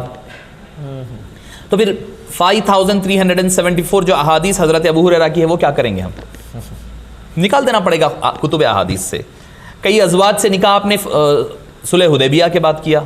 آپ صلی اللہ علیہ وسلم کے شہزادے حضرت ابراہیم کی ولادت فتح مکہ کے بعد ہوئی ہے, فتح مکہ کے سال ہی ہوئی, فتح مکہ کے بعد ہوئی. کیا کریں گے آپ اب؟ تو لہٰذا آدمی کو چاہیے سوچ سمجھ کر بات کرے. ہاں جو الفاظ بولا جا رہا ہے کہ اکثر ذکر ہو رہا ہے صحابہ اور طلقاء, لفظ یہ آپ حضرات اکثر سنا کر رہے ہیں. دیکھیے دراصل طلقاء کا کوئی علیحدہ احکام ہمیں کہیں پر نہیں ملتے. کہنے کے لیے آپ صلی اللہ علیہ وسلم کی حدیث پاک ہے, اس سے کسی کو انکار. اذهبوا فانتم الطلقاء کہا گیا, جاؤ تم لوگ, چلے جاؤ تم لوگ طلقاء ہو. طلقاء کہتے ہیں آزاد, یعنی جن کو معاف کر دیا گیا, جن کی گردنیں بخش دی گئی, جن کو قتل نہیں کیا گیا, معاف کر دیا گیا. آپ صلی اللہ علیہ وسلم نے فتح مکہ کے موقع پر سبھی کو معاف فرمایا ہے. تو اس کے تناظر میں کہا کہ تم لوگ آزاد ہو, چلے جاؤ, طلقاء ہو. تو طلقاء کے مطلب بعض حضرات نے یہ لے لیا ہے, اور موروور یہ کہ بھائی زیادہ تر اگر اقوال اٹھائیں گے تو اہل تشیع حضرات کے ہے کہ دونوں میں جو فرق کرتے ہیں, ارے ان کے پاس تو صرف 12-15 صحابہ 20 صحابہ ہے, اس کے علاوہ صحابہ ہے ہی نہیں. اب میں نے ایک صاحب کے بارے میں سے سنا, دوسروں کی وساطت سے سنا, انہوں نے کہا ہے, وہی صاحب موصوف نے, کہ حضرت سیدنا ابو بکر صدیق رضی اللہ عنہ کے دنیا سے پردہ فرمانے کے بعد 80,000 صحابہ نے ارتداد کر دیا تھا. یہ روایت میں نے پڑھی تھی اکثر و بیشتر اہل شیعہ حضرات کی کتب میں, مگر اس کا اہل سنت سے کیا تعلق ہے؟ اچھا, اور ایک دوسری بات ہے, اگر ولو بالفرض کسی صحابی کے بارے میں اگر ملتا ہے کہ بھئی وہ ارتداد کی طرف گئے, مرتد ہوئے ہیں, پلٹے ہیں, تو ہمیں اس سے لینا دینا کیا ہے؟ اگر وہ ہے تو وہ اللہ کے درمیان میں, ہم بیان کرنے سے ہمیں تو کوئی ثواب نہیں مل رہا ہے, ہم اس کا چرچا کرنے کی وجہ سے کوئی ہمارے اندر تو ثواب نہیں مل رہا ہے، اگر وہ بات غلط ہے تو وہ ہمارے لیے وبال جان بن رہی ہے۔ اور دوسری چیز یہ ہے کہ جس موقع پر جن حالات میں فتنہ پیدا ہو رہا ہے تو فتنوں کے سد باب کے لیے اگر حقیقت ہے بھی تو اس کو بیان کرنے سے اجتناب کرنا زیادہ اولا اور بہتر ہے۔ ایک آخری سوال، اس کے بعد مولانا انشاءاللہ اس کو کنٹینیو کریں گے۔ امیر معاویہ رضی اللہ تعالیٰ عنہ کے متعلق عوام کو کیا عقیدہ رکھنا چاہیے؟ دیکھیے، حضرت سیدنا امیر معاویہ رضی اللہ عنہ و ارضاہ یقیناً یہ ایک روایت کے مطابق صلح حدیبیہ کے موقع پر ایمان لائے، ایک روایت کے مطابق اور اکثر جو کہا گیا کہ فتح مکہ کے موقع پر ایمان لائے، اس سے قبل فتح مکہ سے قبل ایمان لے آئے۔ تو یقیناً درجے کے اعتبار سے یہ وہ صحابہ کرام کی برابری نہیں کر سکتے جو پہلے ایمان لا چکے ہیں، مہاجرین ہیں، انصار ہے، بدری ہے، احدی ہے، صلح حدیبیہ کے، ان صحابہ کرام کی برابری ہرگز نہیں ہو سکتی۔ مگر آپ کے بارے میں اہل سنت والجماعت کا متفقہ عقیدہ ہے کہ وہ صحابی ہیں، اور ولو بالفرض اگر کوئی، جیسے کہ بعض حضرات کہہ رہے ہیں وہ صحابی نہیں تھے، ان کے حضرت علی کے خلاف خروج کرنے کی وجہ سے وہ صحابیت سے خارج ہو گئے ہیں، یہ کوئی دلیل نہیں ہے، ان کے پاس کوئی دلیل نہیں ہے کہ یہ کہہ سکے، ثابت کر سکے۔ کوئی امام بخاری کا قول بتا دیں مجھے آپ، یا امام مسلم کا قول بتائیں، یا امام اعظم، یا جس کو آپ مانتے ہیں ان کا قول بتا دیں ان کو کہ صحابی نہیں تھے۔ تو لہٰذا اہل سنت والجماعت کو یہ عقیدہ رکھنا چاہیے کہ وہ صحابہ کی جماعت میں سے ہے، یقیناً جو اولین ہیں، سابقین الاولین ہیں، اس میں سے نہیں ہے، تابعین والذین اتبعوہم کے زمرے میں آتے ہیں۔ تو ان کا ادب کرنا، ان کا جب بھی نام لے احترام اور ادب کے ساتھ نام لینا، ان پر سب و شتم کرنا، گالی گلوچ کرنا، یہ فسق اور فجور ہے، آدمی کو فاسق، جیسے میں نے پہلے ہی کہا ہے۔ لوگ ہمارے پاس ایسا ہو گیا ہے کہ ایک اہل بیت پر کام کرنے والا گروہ اگر صحابہ کے بارے میں کچھ کہیں تو چراغ پا ہو جا رہا ہے، اور جو صحابہ پر کام کرنے والے حضرات ہیں، اہل بیت اطہار کے حوالے سے کوئی بات کہی جائے تو چراغ پا، ارے بھائی صحابی کا انکار۔ دیکھیے کہ عقیدہ جو ہے، جذبات اور عقیدت الگ چیز ہوتی ہے، جو مسائل ہیں اور جو عقائد ہیں وہ متفقہ ہوتے ہیں، اور بیان کردہ کتاب و سنت۔ مجھے اچھی طرح یاد آ رہا ہے، مجھے حالیہ گفتگو میں ایک ساتھی سے بات ہو رہی تھی تو فرما رہے تھے، حضرت مفتی عظیم الدین صاحب قبلہ علیہ رحمہ نے فرمایا تھا کہ جب ایک فتوے کے بارے میں، تو آپ نے فرمایا بابا ہم ناقل ہے، نقل کرنے والے ہیں، ہم مجتہد نہیں ہیں، ہم اجتہاد کرنے والے نہیں ہیں، جب تک کہ پہلے والے کوئی بات اس حوالے سے نہیں کہے ہیں اس چیز کو ہم جو ہے بیان نہیں کر سکتے، فتویٰ نہیں دے سکتے۔ تو لہٰذا جو صحابہ کا تذکرہ قرآن میں وضاحت کے ساتھ یا صراحت کے ساتھ ملتا ہے ان کا انکار کفر ہے۔ اس کے علاوہ دوسرے صحابہ کرام ہیں جن کا ذکر قرآن کریم میں راست طور پر نہیں ملتا ہے، ان کا انکار فسق اور فجور ہے، آدمی کو گمراہ بنا دے گا، فاسق و فاجر بنائے گا، مگر ہم اس کے اوپر کفر کا فتویٰ نہیں لگا سکتے۔ یہ اعتدال ہے، یہ راہ اعتدال ہے، یہ راہ اعتدال ہے، اس پر قائم رہنے کی ضرورت ہے۔ السلام علیکم ورحمۃ اللہ وبرکاتہ۔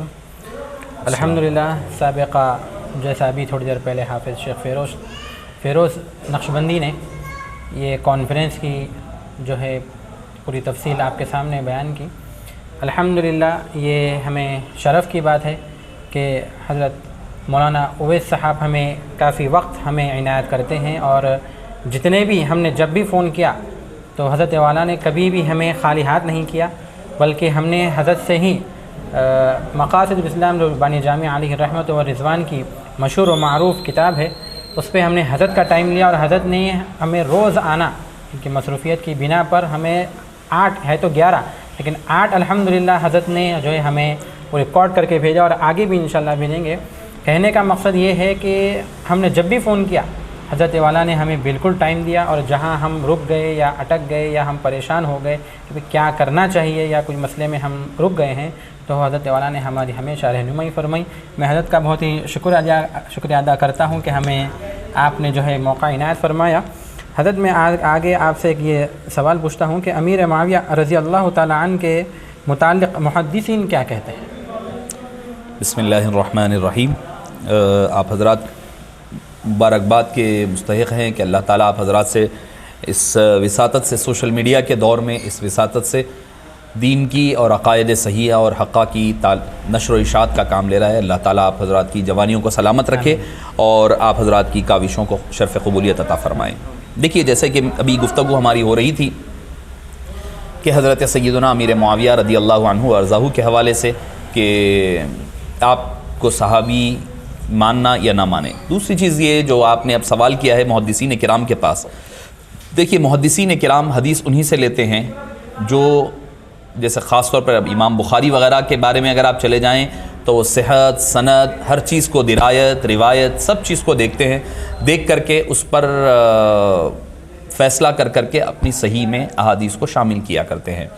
اور اگر کہیں پر امام بخاری علیہ الرحمہ کو تھوڑا سا بھی شائبہ ہو جائے ان کے اپنے پرسنل کیریکٹر، کردار کے بارے میں، تو امام بخاری وہ روایت چھوڑ دیا کرتے ہیں. جیسے کہ اکثر آپ مشہور سنا کرتے ہیں، ہم اپنے اساتذہ شیخ الحدیث صاحب قبلہ علیہ الرحمہ سے سنا کرتے تھے کہ ایک شخص جو ہے اپنے گھوڑے کو دھوکے کے ذریعے سے بلانے کی کوشش کر رہا تھا. حالانکہ ان کے ایک حدیث تھی، امام بخاری حدیث لینے کے لیے گئے، جب دیکھا کہ وہ دھوکہ ایک گھوڑے کو دے رہے ہیں، جانور کو، تو انہوں نے کہا اس شخص سے میں کیسے حدیث لوں جو آدمی اپنی پرسنل لائف میں کسی کو دھوکہ دے رہا ہے. اور ایک واقعہ مجھے بات سر دست یاد آئی ہے بات کہ ایک مرتبہ حضرت امام بخاری سفر کر رہے تھے سمندری، تو ایک آدمی سے دوستی ہو گئی، بات چیت ہونے لگی. تو اس نے کہا آپ کدھر جا رہے ہیں؟ تو آپ نے کہا کہ میں تجارت کے ضمن میں کپڑا خریدنے جا رہا ہوں. بولے کتنے پیسے؟ تو اس نے غالباً 40,000 درہم یا دینار کچھ ہے کہا حضرت امام بخاری نے. تو وہ سن لیا اور اس کے دل میں لالچ پیدا ہوئی. کچھ دیر کے بعد اس نے اعلان کر دیا کہ میرے 40,000 درہم چوری ہو چکے ہیں. معلوم تھا کہ امام بخاری کن 40,000 درہم ہے. اب اس کو یہ تھا کہ جب تلاش کیا جائے گا تو امام بخاری کن سے ایگزیکٹلی 40,000 نکلیں گے، بات طے ہو جائے گی کہ اسی کے تھے، امام بخاری نے چوری کی. اب اس کے بعد جب تلاشی شروع ہوئی کسی کے پاس سے بھی پیسہ نہیں نکلا.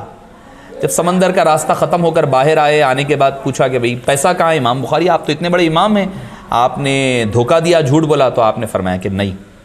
بولے پیسے ہے؟ بولے تھے پیسے. پھر کیا؟ بولے جیسے ہی تم نے کہا کہ چوری ہو گئے میں نے اس کو سمندر میں ڈال دیا. بولے کیوں ڈال دیا تم نے؟ بولے مجھے پیسہ جانے کا اندیشہ نہیں تھا، مگر چونکہ مجھ پر چوری کا الزام لگ جائے گا اور میری روایت اور درایت کو بھی لوگ مشکوک بنا دیں گے، چونکہ میں حدیث کا کام کر رہا ہوں، اس صحت کو برقرار رکھنے کے لیے میں نے 40,000 درہم کو سمندر کے حوالے کر دیا. تو ایسے بڑے محدث امام بخاری حضرت سیدنا امیر معاویہ رضی اللہ عنہ وارضاہ کی حدیث پاک بخاری شریف میں ذکر کریں، اور جس کو ہم بڑے عقائد کے ٹاپک پر اور کیا کہا جائے کہ بھئی قاسم کائنات کے طور پر اکثر ہم ذکر کرتے ہیں، انما انا قاسم واللہ یعطی. یہ حدیث پاک مختلف مقامات پر مختلف ابواب میں امام بخاری نے ذکر کیا ہے، مختلف عنوانات کے تحت. کبھی کتاب العلم میں لایا ہے، کبھی کسی میں، کبھی کسی میں. تو ساروں کی روایت امام حضرت امیر معاویہ سے ہے. تو اگر حضرت امیر معاویہ رضی اللہ عنہ وارضاہ کی شخصیت مجروح ہوتی یا وہ صحابہ کرام میں شامل نہ ہوتے، بشری تقاضے کے تحت میں نے جیسے کہا نا کہ بشر ہونے کے اعتبار سے انسان سے، صحابہ سے غلطی کا امکان ہے، ہو سکتی ہے، جیسے کہ ہے، ہم خود کہتے ہیں قطع اجتہادی وغیرہ جو حضرت مولا مشکل کشا کے مخالفت میں جب بھی تھے یا پھر امام حسن کے خلاف ہے تو قطع اجتہادی ہم خود مانتے ہیں، اس سے انکار نہیں ہے، وہ خطا ہے، ضرور ہے. مگر یہ کہنا کہ ان کو اس خطا کی وجہ سے صحابیت سے خارج کرنا، یہ اہل سنت والجماعت کا طریق نہیں ہے. صحابہ کرام نے بھی ان کو صحابی مانا ہے، محدثین نے ان کو صحابی مانا ہے، خود صحابہ نے ان کو صحابی مانا ہے. حضرت عبداللہ بن عباس رضی اللہ عنہما کی ایک حدیث پاک وطر کے حوالے سے ملتا ہے، تو انہوں نے کہا کہ وہ انہ صاحب رسول اللہ صلی اللہ علیہ وسلم، وہ رسول اکرم صلی اللہ علیہ وسلم کے صحابی ہیں. تو مطلب یہ کہ تعداد پر اور طریقہ کار پر وطر پر بحث ہو رہی تھی، تو آپ نے فرمایا انہ صاحب النبی صلی اللہ علیہ وسلم، آپ صلی اللہ علیہ وسلم کے وہ صحابی. تو لہٰذا وہ صحابی ہیں محدثین کے نزدیک، تبھی تو محدثین کرام نے آپ کی احادیث کا تذکرہ کیا ہے.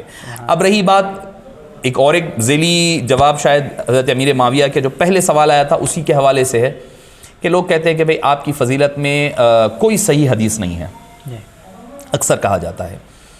دیکھیے کہ صحیح سے مراد بعض جو محدثین کے اقوال ہے کہ بھئی ہم ما وجدنا فی فضیلتی معاویہ صحیح حدیث وغیرہ، ایسے الفاظ ملتے ہیں کہ کوئی صحیح حدیث نہیں ہے. یقیناً ٹھیک ہے، صحیح سے مراد وہاں پر اردو کا صحیح اور غلط نہیں ہے، بلکہ صحت کے اعتبار سے جو حدیثوں کی قسم ہے اس سے مراد صحیح ہے، وہ پہلی بات.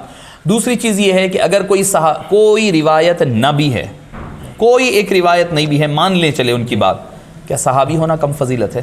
سبحان اللہ. بھئی اگر کوئی عدل کرنے والا ہے، انصاف کرنے والے ہیں، عبادت کرنے والے ہیں، روزہ رکھنے والے، سجدے، سب اپنی جگہ ہوگا، ان سب سے فضیلتوں سے بڑھ کر فضیلت صحابی کی ہے.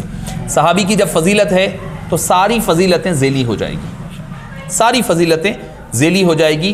تو صحبت مصطفیٰ کی وجہ سے وہ صحابی بنے تو صحبت کو دیکھا جائے گا، عمل کو نہیں دیکھا جائے گا. عمل ذیلی ہو جائے گا، صحبت اصل ہو جائے گی. سبحان اللہ. حضرت جو کوئی امیر معاویہ رضی اللہ تعالی عنہ کو صحابی نہ مانے تو اس کا کیا حکم ہوگا؟ جیسے کہ جامع نظامیہ کا جو حالیہ دنوں میں فتویٰ آیا ہے وہ فتویٰ یہی ہے کہ اگر کوئی حضرت امیر معاویہ رضی اللہ عنہ یا کوئی اور صحابی، جیسے کہ حضرت ابو سفیان بھی ہے اس میں شامل، حضرت عمرو بن العاص بھی ہے، حضرت ہند بھی ہے، حضرت وحشی بھی ہے، جو حضرات بعد میں ایمان لائے، جو جن کا اختلاف رہا ہے آقا کریم علیہ الصلوۃ والسلام سے ایمان لانے سے پہلے اور بعد میں پھر اہل بیت اطہار وغیرہ سے، حضرت علی وغیرہ سے، تو ان تمام صحابہ میں سے کسی کو اگر کوئی نہیں مانتا ہے تو وہ آدمی فاسق و فاجر ہوگا. جن کا ذکر قرآن کریم میں راست طور پر آیا ہے ان کا انکار آدمی کو کافر بنا دیتا ہے. اور صحابہ میں سے جو بعد والے ہیں، جیسے کہ رد مختار، در مختار وغیرہ میں ہمیں اس کی عبارتیں ملتی ہیں کہ فہو فسق و طغیان و کفر کے الفاظ ملتا ہے کہ آدمی جو ہے فسق اور فجور، فاسق اور فاجر ہو جائے گا جو حضرت امیر معاویہ رضی اللہ عنہ کی صحابیت سے انکار کرتا ہے. حضرت میں ایک اپنا یہاں پر ایک پرسنل میں اپنا جو ہے ایک سوال پیش کرنا چاہوں گا. مجھے سب سے زیادہ تمام صحابہ میں سب سے زیادہ اگر کسی سے محبت ہے تو وہ صدیق اکبر رضی اللہ تعالیٰ عنہ سے صحابہ میں، اور ہر ایک کا اپنا اپنا چاہنا ہے، بھائی میں فلاں صحابی کو زیادہ چاہتا ہوں، فلاں صحابی کو زیادہ چاہتا ہوں. تو ایک میں نے کل ایک شعر پڑھا ہے، کسی نے لکھا ہے کہ ایسے ویسوں کے بچے حیدر نہیں کرتے، شریف ماں کے بچے علی علی کرتے ہیں. تو اب مجھے صدیق اکبر سے بہت زیادہ محبت ہے اور میرا وہ فیوریٹ ٹاپک بھی ہے بحیثیت عالم جب میں کہیں بیان کرنے جاتا ہوں تو. جی تو اب جہاں کا جو مجھے اگر مولا علی کی شان میں اگر بیان کرنا ہوگا تو میں ضرور کروں گا، اور ان کی محبت ہمارے دل میں ہے ہی ہے. حضور نے فرمایا علی کی محبت سے ایمان ہے اور وہ علی کی محبت نہ رکھنے والا منافق ہے، آپ نے کہا. تو اب کیا یہ شعر پر ایسے لوگوں کا یہ کہنا کہ وہ شریف ماں کے بچے ہی علی علی کرتے ہیں، ہم بھی علی کرتے، لیکن یہ ہے کہ بھائی محبت میں صدیق اکبر سے زیادہ ہم کرتے ہیں کیونکہ آپ کی افضلیت، آپ کی شان سب سے بڑی ہے تمام صحابہ کرام.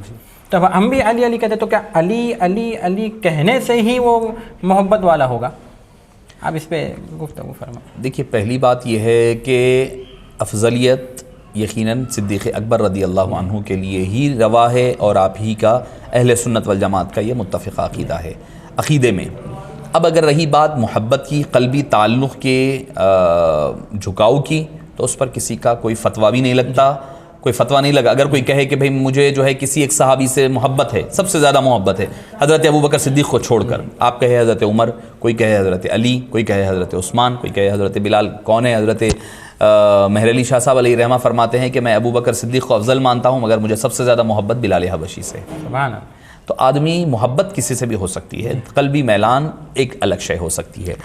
دیکھیے، دوسری چیز یہ ہے کہ اب اگر کوئی سید ہے تو اگر وہ حضرت ابوبکر صدیق کو افضل مان رہا ہے، اولاد ہونے کے اعتبار سے اگر حضرت علی سے محبت زیادہ ہوتی ہے، ایک فطری چیز بھی ہے، اس سے کوئی انکار نہیں کر سکتا. اگر فطری طور پر اگر محبت ہے مگر کسی کی تنقیص نہیں ہو رہی ہے اور فضیلت خلافت ترتیب کو ہی مانتے ہوئے حضرت علی سے زیادہ محبت کر رہے ہیں، تو ایسی صورتحال میں اس پر کوئی فتویٰ نہیں صادر ہوگا. اور یہ کوئی خلاف شرع بھی نہیں ہے، بالکل اس بات کی اجازت ہے کہ آدمی اپنے اعتبار سے، اگر کوئی نسب کے اعتبار سے فاروقی ہے تو وہ حضرت فاروق اعظم سے وہ محبت رہے گی اسے قلبی طور پر. کوئی عثمانی ہے تو حضرت عثمان غنی سے ہو سکتی ہے. تو لہٰذا ہر ایک کا اپنا اپنا ایک نسبت کی اعتبار سے محبت ہو سکتی ہے.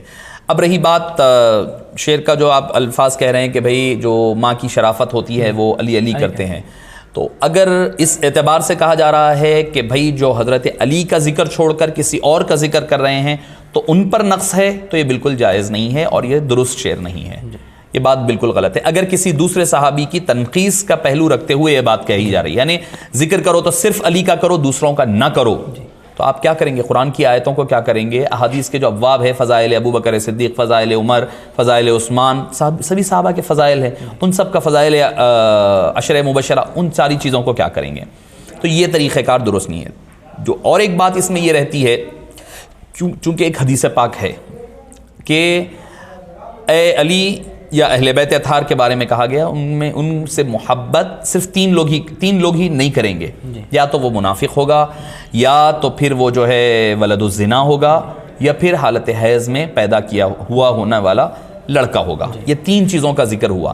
اگر اس تناظر میں کہی جا رہی ہے شریف ماؤں کے بچے علی علی کرتے ہیں، تو حضرت علی سے محبت اور ان کا ذکر جن کے حسب اور نسب درست ہوتے ہیں وہ کرتے ہیں، یہ معنی میں ہے تو پھر یہ شعر درست ہے. مگر ایسے شعر جس سے جو ہے ایک مختلف فی معنی نکل رہا ہے، مضمون بن رہا ہے، جس سے کہیں کسی کی تنقیص کا کسی کے ذہن میں پہلو بنتا ہے، تو ایسی چیزوں سے پرہیز کرنا چاہیے. وہ اس لیے قرآن کس کو کہتے ہیں؟ سب سے زیادہ پڑھی جانے والی کتاب. اگر میں کوئی ناول کی کتاب لے لوں جس کو میں سب سے زیادہ پڑھا ہوں، ہو سکتا ہے انسان ہے قرآن نہیں پڑھتا ہوگا، کوئی آدمی کوئی ناول پڑھ رہا ہوگا، وہ کہے گا یہ قرآن ہے، کہے گا تو آپ مانیں گے؟ نہیں مانیں گے. مانوی اعتبار سے بات صحیح ہے، ناول جو ہے سب سے زیادہ پڑھی جا رہی ہے اس کے پاس، مگر نہیں کہتے ہیں. کیوں؟ کیونکہ ایک اشتباہ پیدا ہوگا اور ایک چیز ایک کے ساتھ خاص ہو گئی ہے. تو اس قسم کی چیزیں جس کے اندر مختلف ہی معنی نکل سکیں اور بن رہے ہیں، تو اس سے پرہیز کیا جانا چاہیے. ہم آگے اپنے سوال کی طرف بڑھتے ہیں. حضرت اہل بیت کسے کہتے ہیں؟ اہل بیت اطہار میں کون کون شامل ہیں؟ سبحان اللہ. میں آپ حضرات کو دل کی گہرائیوں سے مبارکباد دوں گا کہ آپ حضرات نے اس نشست اور گفتگو میں دونوں چیزوں کو شامل کیا ہے، تاکہ دیکھیے آج کے فی موجودہ دور میں اور ہر وقت میں اہل سنت والجماعت کا یہی پہچان رہی ہے کہ ہم افراط اور تفریط سے بچ کر، ایک ہاتھ میں ہمارے اہل بیت اطہار کا دامن ہو، دوسرے ہاتھ میں صحابہ کرام کا دامن ہو. دونوں کو آپ لے کر جب چلیں گے، آپ جب دونوں کا تذکرہ کرتے ہوئے آپ جب حق بات پیش کریں گے، تو سامنے والا آپ کی بات سننے تیار ہوگا. اگر آپ جو ہے میں صرف اہل بیت اطہار کی بات کہنے کے لیے بیٹھوں گا، صرف اہل بیت کا ذکر کروں گا، تو پھر جو صحابہ کرام کو ماننے والے ہیں وہ آپ کی بات نہیں سنیں گے. آپ تنہا صرف صحابہ کرام کا تذکرہ کرنے بیٹھیں گے، تو پھر اہل بیت کے جو ماننے والے ہیں وہ، ہم اہل سنت والجماعت دونوں میں تفریق کرنے والے نہیں ہوتے. دونوں کا ساتھ ہونا ضروری ہے. جب تک کہ دونوں کا ساتھ نہیں ہوگا، آدمی کامیابی اور کامرانی کے راستے پر نہیں چل سکتا. جیسے کہ اکثر جو ہمارے علماء کرام نے جو اس کی مثالیں دی ہے کہ صحابہ تاروں کے مانند ہے، تو اس کی روشنی ضروری ہے، اور سمندر کا راستہ طے کرنے کے لیے سفینہ نوح کا مثال اہل بیت ہے، اس میں بیٹھنا بھی ضروری ہے. کشتی بھی رہے، روشنی بھی رہے. کشتی کے بغیر روشنی بیکار ہے، روشنی کے بغیر کشتی بیکار ہے. تو لہٰذا دونوں کا ساتھ ہونا بہت زیادہ ضروری ہے. اہل بیت اطہار تو میں مبارکباد دوں گا آپ حضرات کو کہ آپ حضرات نے اس ایک ہی نشست میں صحابہ کرام اور اہل بیت اطہار کا تذکرہ کیا ہے، اور یہی اہل سنت والجماعت ہے. یہی اہل سنت والجماعت ہے کہ ایک کا ذکر کر رہے ہیں، دوسرے کو کمتر ظاہر کرنے کی کوشش ہو رہی، دوسرے کا ذکر ہو رہا پہلے کو کمتر. یہ اہل سنت والجماعت کا طریقہ کار نہیں رہا ہے. تو آپ کا جو سوال تھا کہ اہل بیت اطہار کسے کہتے ہیں اور ان میں کون کون شامل ہے؟ اہل بیت یعنی گھر والے یعنی آقا کریم علیہ الصلاۃ والسلام کے گھر والے اور آپ کی خاندان اور گھر میں رہنے والوں کو اہل بیت اطہار کہا جاتا ہے. قرآن کریم میں بھی ہے اہل البیت ویطہرکم تطہیرا، اہل بیت سے مراد. اب اہل بیت میں کون کون شامل ہے؟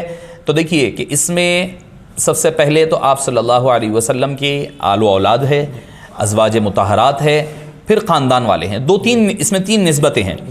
ایک نسبت نسبی ہے، نسب کے اعتبار سے وہ اولاد ہے، یعنی آقا کریم علیہ السلام کی بیٹیاں بیٹے اس میں شامل ہیں، یہ نسبت والی ہیں.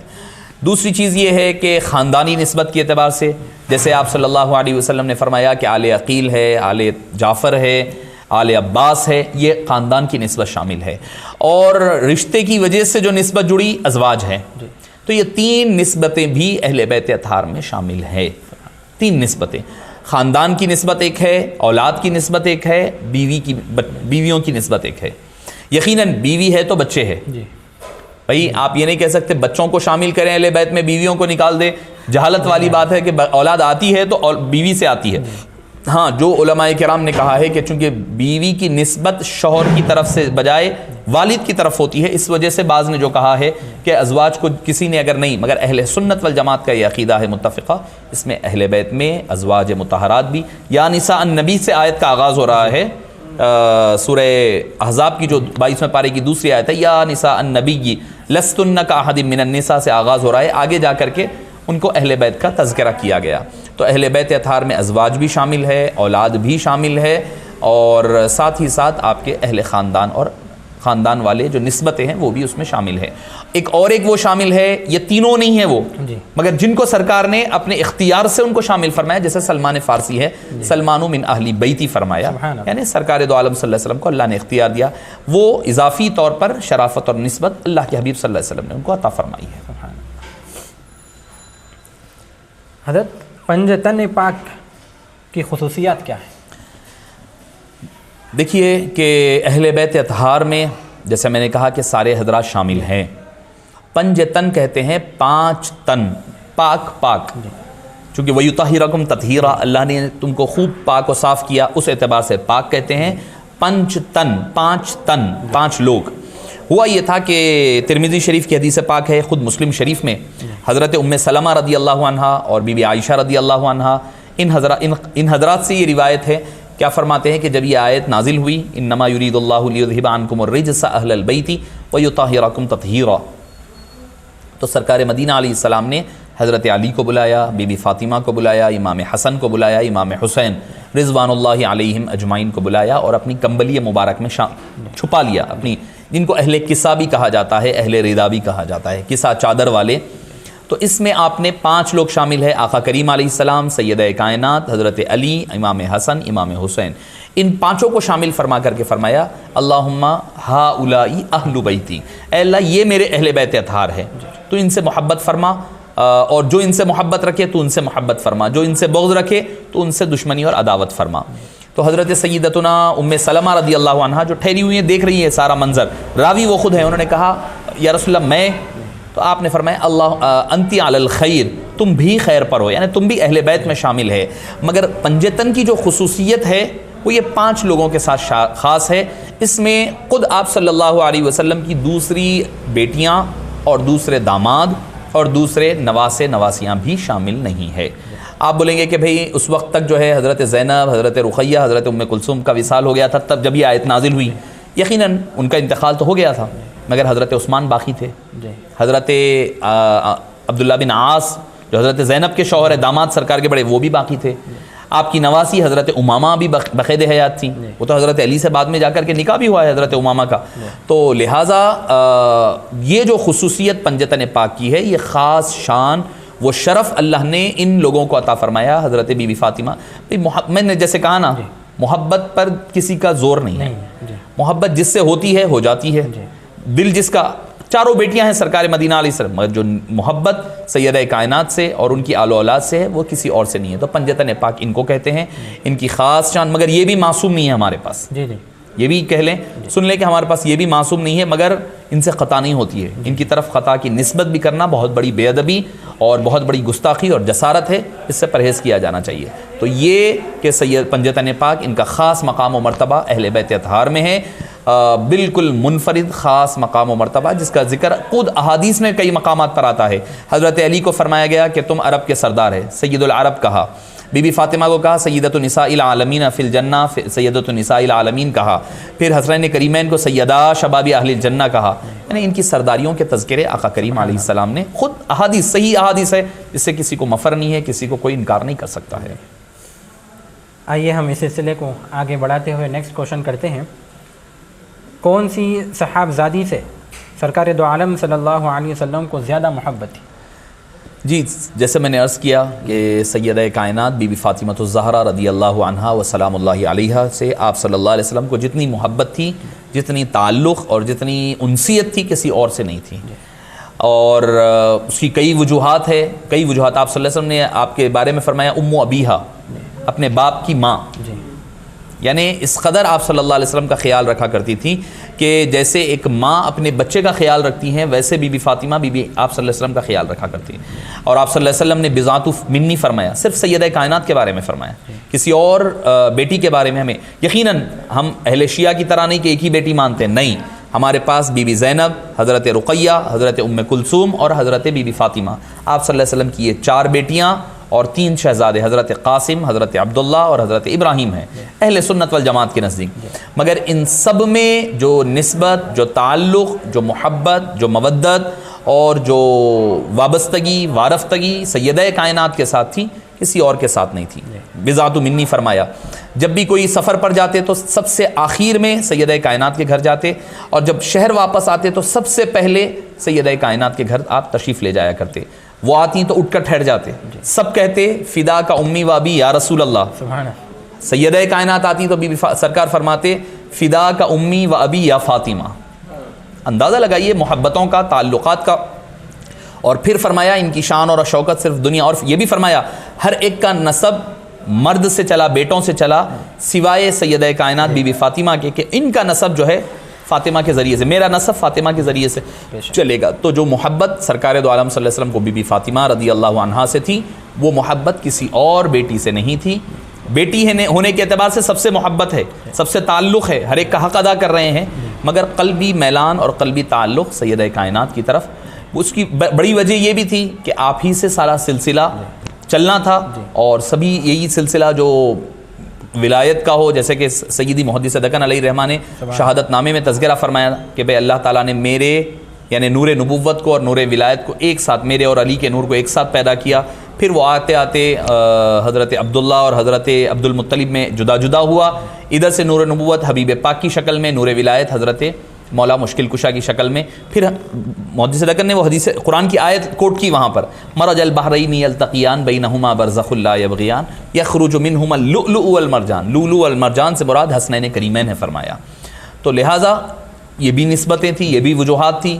اللہ کے حبیب صلی اللہ علیہ وسلم اور بہتر جانتے ہیں کہ وہ اور کیا کیا تعلق وجوہات تھی, مگر جو نسبت سیدہ کائنات کو آقا کریم علیہ السلام سے تھی, وہ نسبت کسی اور کو حاصل نہیں رہی ہے.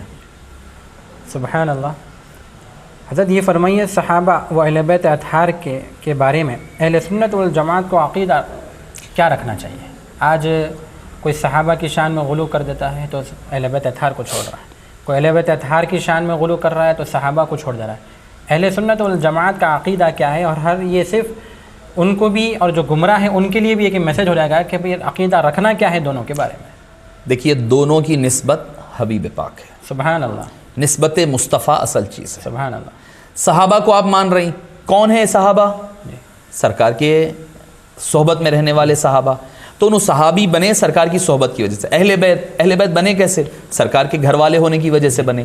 تو نسبت جو دونوں کامن ہے وہ آقا کریم علیہ السلام ہے. ہمیں دونوں کے ذریعے سے آقا کریم کی دہلیز تک پہنچنا ہے. ایک گروہ جا کر صحابہ کا رک جا رہا, ایک جا کر کے اہل بیت کا رک جا رہا.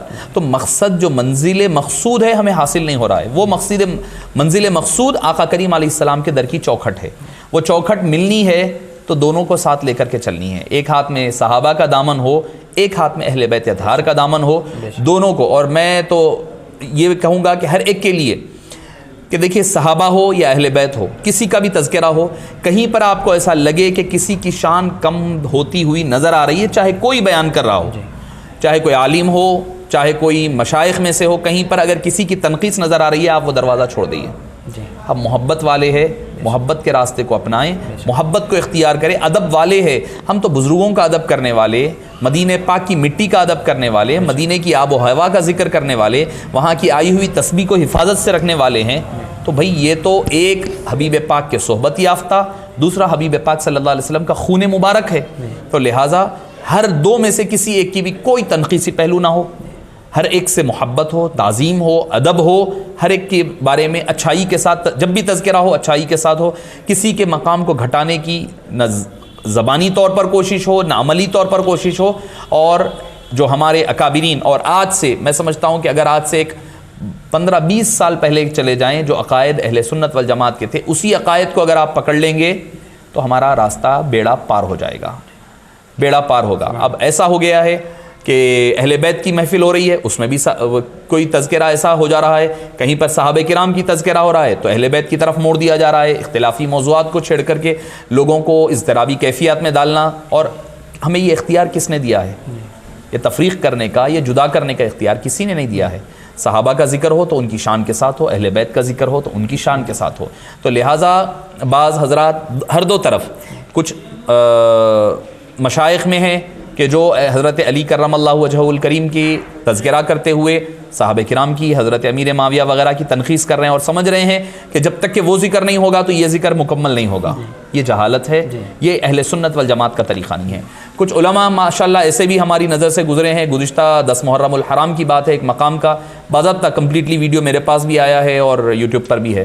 10 محرم الحرام کو جلسہ فضائل شہادت امام حسین ہو رہا ہے. اس میں حضرت کی تقریر کس پر چل رہی ہے کہ یزید کی جو جانشینی ہوئی اس کو صحیح ثابت کرنے کے لیے اس پر پورا زور دیا جا رہا ہے. تو اس قسم کی چیزیں ہر دو طرف سے ہو رہی ہے اور ہر دو طرف جو ہے انتشار پیدا ہو رہا ہے. اس کی وجہ سے عوام اہل سنت پریشان ہیں. ہم سمجھ رہے ہیں کہ بھئی ہم ان کا جواب دے رہے ہیں, ان کا جواب دے رہے ہیں, مگر درمیان میں عوام اہل سنت بدظن ہو رہی ہے. راستے چھوڑ کر کے وہ چلے جا رہے ہیں. کوئی اہل حدیث بن رہا ہے, کوئی تبلیغی بن رہا ہے, تو اس کا وبال اگر ایسا ہوتا ہے تو وہ حضرات جو یہ اختلافی موضوعات پر چھیڑ کر کے لوگوں کو پریشان اس طرح بھی کیفیت میں ڈالے ہوئے ہیں, تو اس کے ذمہ دار وہی حضرات ہوں گے اور عند اللہ و عند رسول وہ جواب دے رہیں گے. تو عوام اہل سنت کے لیے یہ ہے کہ آپ جو ہے ادب کے ہاتھ دامن کو ہاتھ سے نہ چھوڑیں, چاہے وہ صحابہ کا ہو, چاہے اہل بیت کا ہو, چاہے اولیاء کا ہو. ادب والے ہیں, ادب والے بن کر کے رہیں. کوئی بات اگر آپ کو بری لگے, کوئی چیز آپ کو غلط نظر آئے, جیسے کہ شاہ عبدالحق محدث دہلوی علیہ رحمہ کا میں ذکر کر رہا تھا, تو آپ نے ذکر کیا کہ کچھ صحابہ کرام جیسے کہ حضرت امیر معاویہ ہے, حضرت ابو سفیان ہے, حضرت عمر بن العاص ہے, حضرت ہند ہے, حضرت وحشی رضی اللہ عنہم اجمعین, ان حضرات کے حوالے سے کچھ باتیں ایسی ہے جس سے دل میلا. شاہ عبدالحق محدث دہلوی تکمیل الایمان میں فرماتے ہیں, جس کا ذکر عاجز نے میری کتاب امیر حمزہ رضی اللہ عنہ میں بھی کیا ہے. تو فرمایا کہ بھئی کچھ چیزیں ایسی ہے پڑھنے سے ہمارا دل میلا ہوئے بغیر کوئی چارہ نہیں رہتا, مگر صحابی ہونے کے اعتبار سے چشم پوشی اور کف لسانی کرتے ہوئے گزر جانا ہے.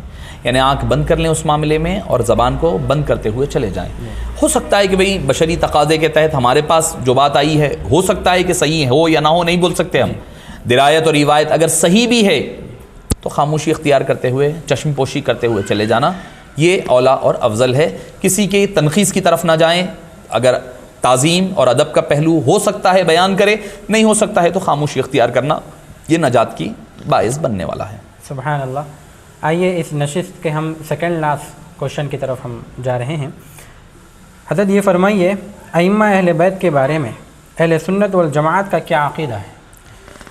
دیکھیے کہ ائمہ اہل بیت اطہار, جس کو عمومی طور پر ائمہ اثنا عشر بھی کہا جاتا ہے, یہ جب ذکر ہوتا ہے تو میں سمجھتا ہوں غالباً آپ حضرات ہی کی پاس غالباً عاجز نے اس عنوان کے تحت ائمہ اہل بیت اطہار پر اہل سنت والجماعت کا کیا موقف ہے تفصیلی خطاب آپ حضرات کے پاس کیا ہوں میں.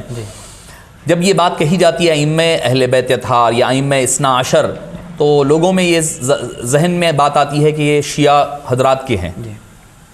تو یاد رکھیں یہ شیعہ کے نہیں ہے, وہ تو ہے ہمارے, ہم نے ان کو چھوڑ دیا اسی لیے وہ سمجھتے ہیں کہ وہ ان کے ہو گئے ہیں. اگر صرف عقلی طور پر کہوں تو میں, اگر آپ چلے جائیں مدینہ پاک چلے جائیں, صحن کا جو تھوڑا سا حصہ مسجد نبوی میں کھلا ہوا ہے, بالکل جو قدیم مسجد ختم ہوتی ہے مدینہ پاک کی, اس کا جو صحن ہے اس میں آپ جا کر کے اوپر کی طرف اگر دیکھیں گے تو ائمہ اہل بیت اطہار کے 12 کے 12 اماموں کے نام ہیں, چاروں ائمہ اربعہ کے نام ہیں, اور عشر مبشرہ کے نام ہیں, خلفائے راشدین, سارے نام لکھے ہوئے ہیں مسجد نبوی میں آج بھی. اگر یہ شیعوں کی بات ہوتی تو پھر مسجد نبوی میں کیا کر رہی ہوتی؟ سوال سب سے پہلا یہ ہے.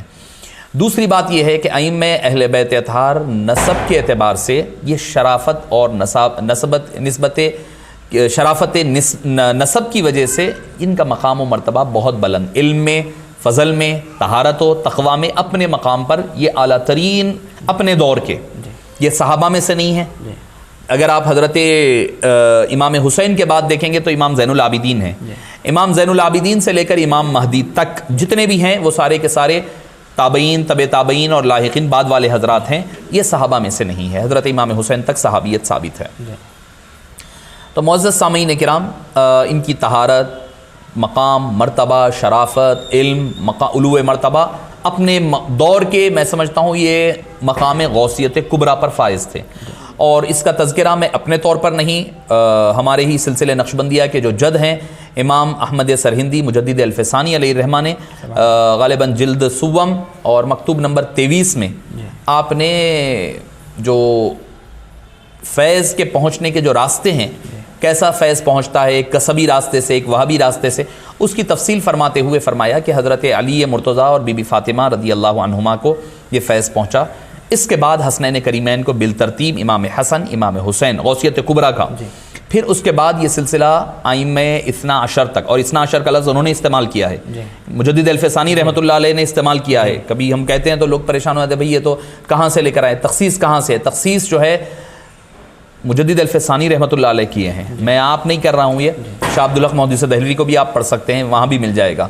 تو فرمایا کہ ائمہ اثنا عشر تک یہ فیض بالترتیب چلتا رہا، اور ہوتے ہوتے پھر امام مہدی کے بعد راز طور پر یہ مقام غوثیت کبریٰ اللہ نے حضور غوث پاک کو عطا فرمایا، اور اس کے درمیان کوئی بھی درمیان میں حائل نہیں ہے۔ لوگ پوچھے پھر آپ کا مقام کیا ہے، آپ کہاں پر ہے؟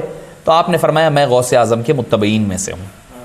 امام مجدد الفسانی رحمۃ اللہ علیہ، امام سرہندی علیہ الرحمہ فرما رہے ہیں یہ امام مجدد الفسانی رحمۃ اللہ علیہ۔ تو لہٰذا اہل سنت والجماعت کا عقیدہ یہ رہے کہ وہ اپنے وقت کے امام ہیں، اپنے وقت کے غوث ہیں، اپنے وقت کے مجتہد ہیں، اپنے وقت کے سب سے بڑے عالم، طہارت میں ہو، تقویٰ میں ہو، عمل میں ہو۔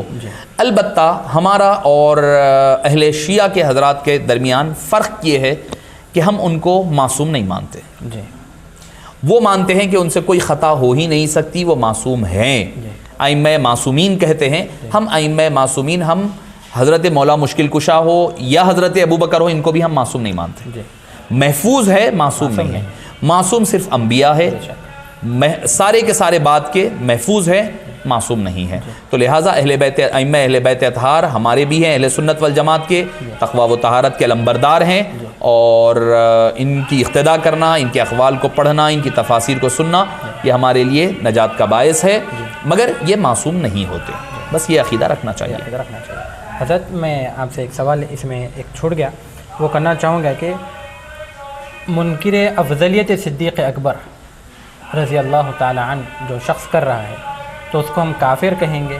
کہ قرآن نے، اللہ تبارک و تعالیٰ نے ارشاد فرمایا ثانی اثنین اذ ہما فی الغار، یہ فرمایا، تو کیا جو منکر افضلیت صدیق اکبر کو نہیں مانتا اور یہ کہتا ہے کہ بھئی مولا علی ان سے افضل ہے، جبکہ خود مولا علی نے فرمایا کہ بھئی مجھے ابو بکر صدیق اور عمر رضی اللہ تعالیٰ عنہ سے افضل نہ مان، بے شک، تو کیا اب یہ شخص کو ہم کافر کہیں گے کہ گمراہ کہیں گے یا فاجر کہیں گے یا منافق کہیں گے، کیا کہیں؟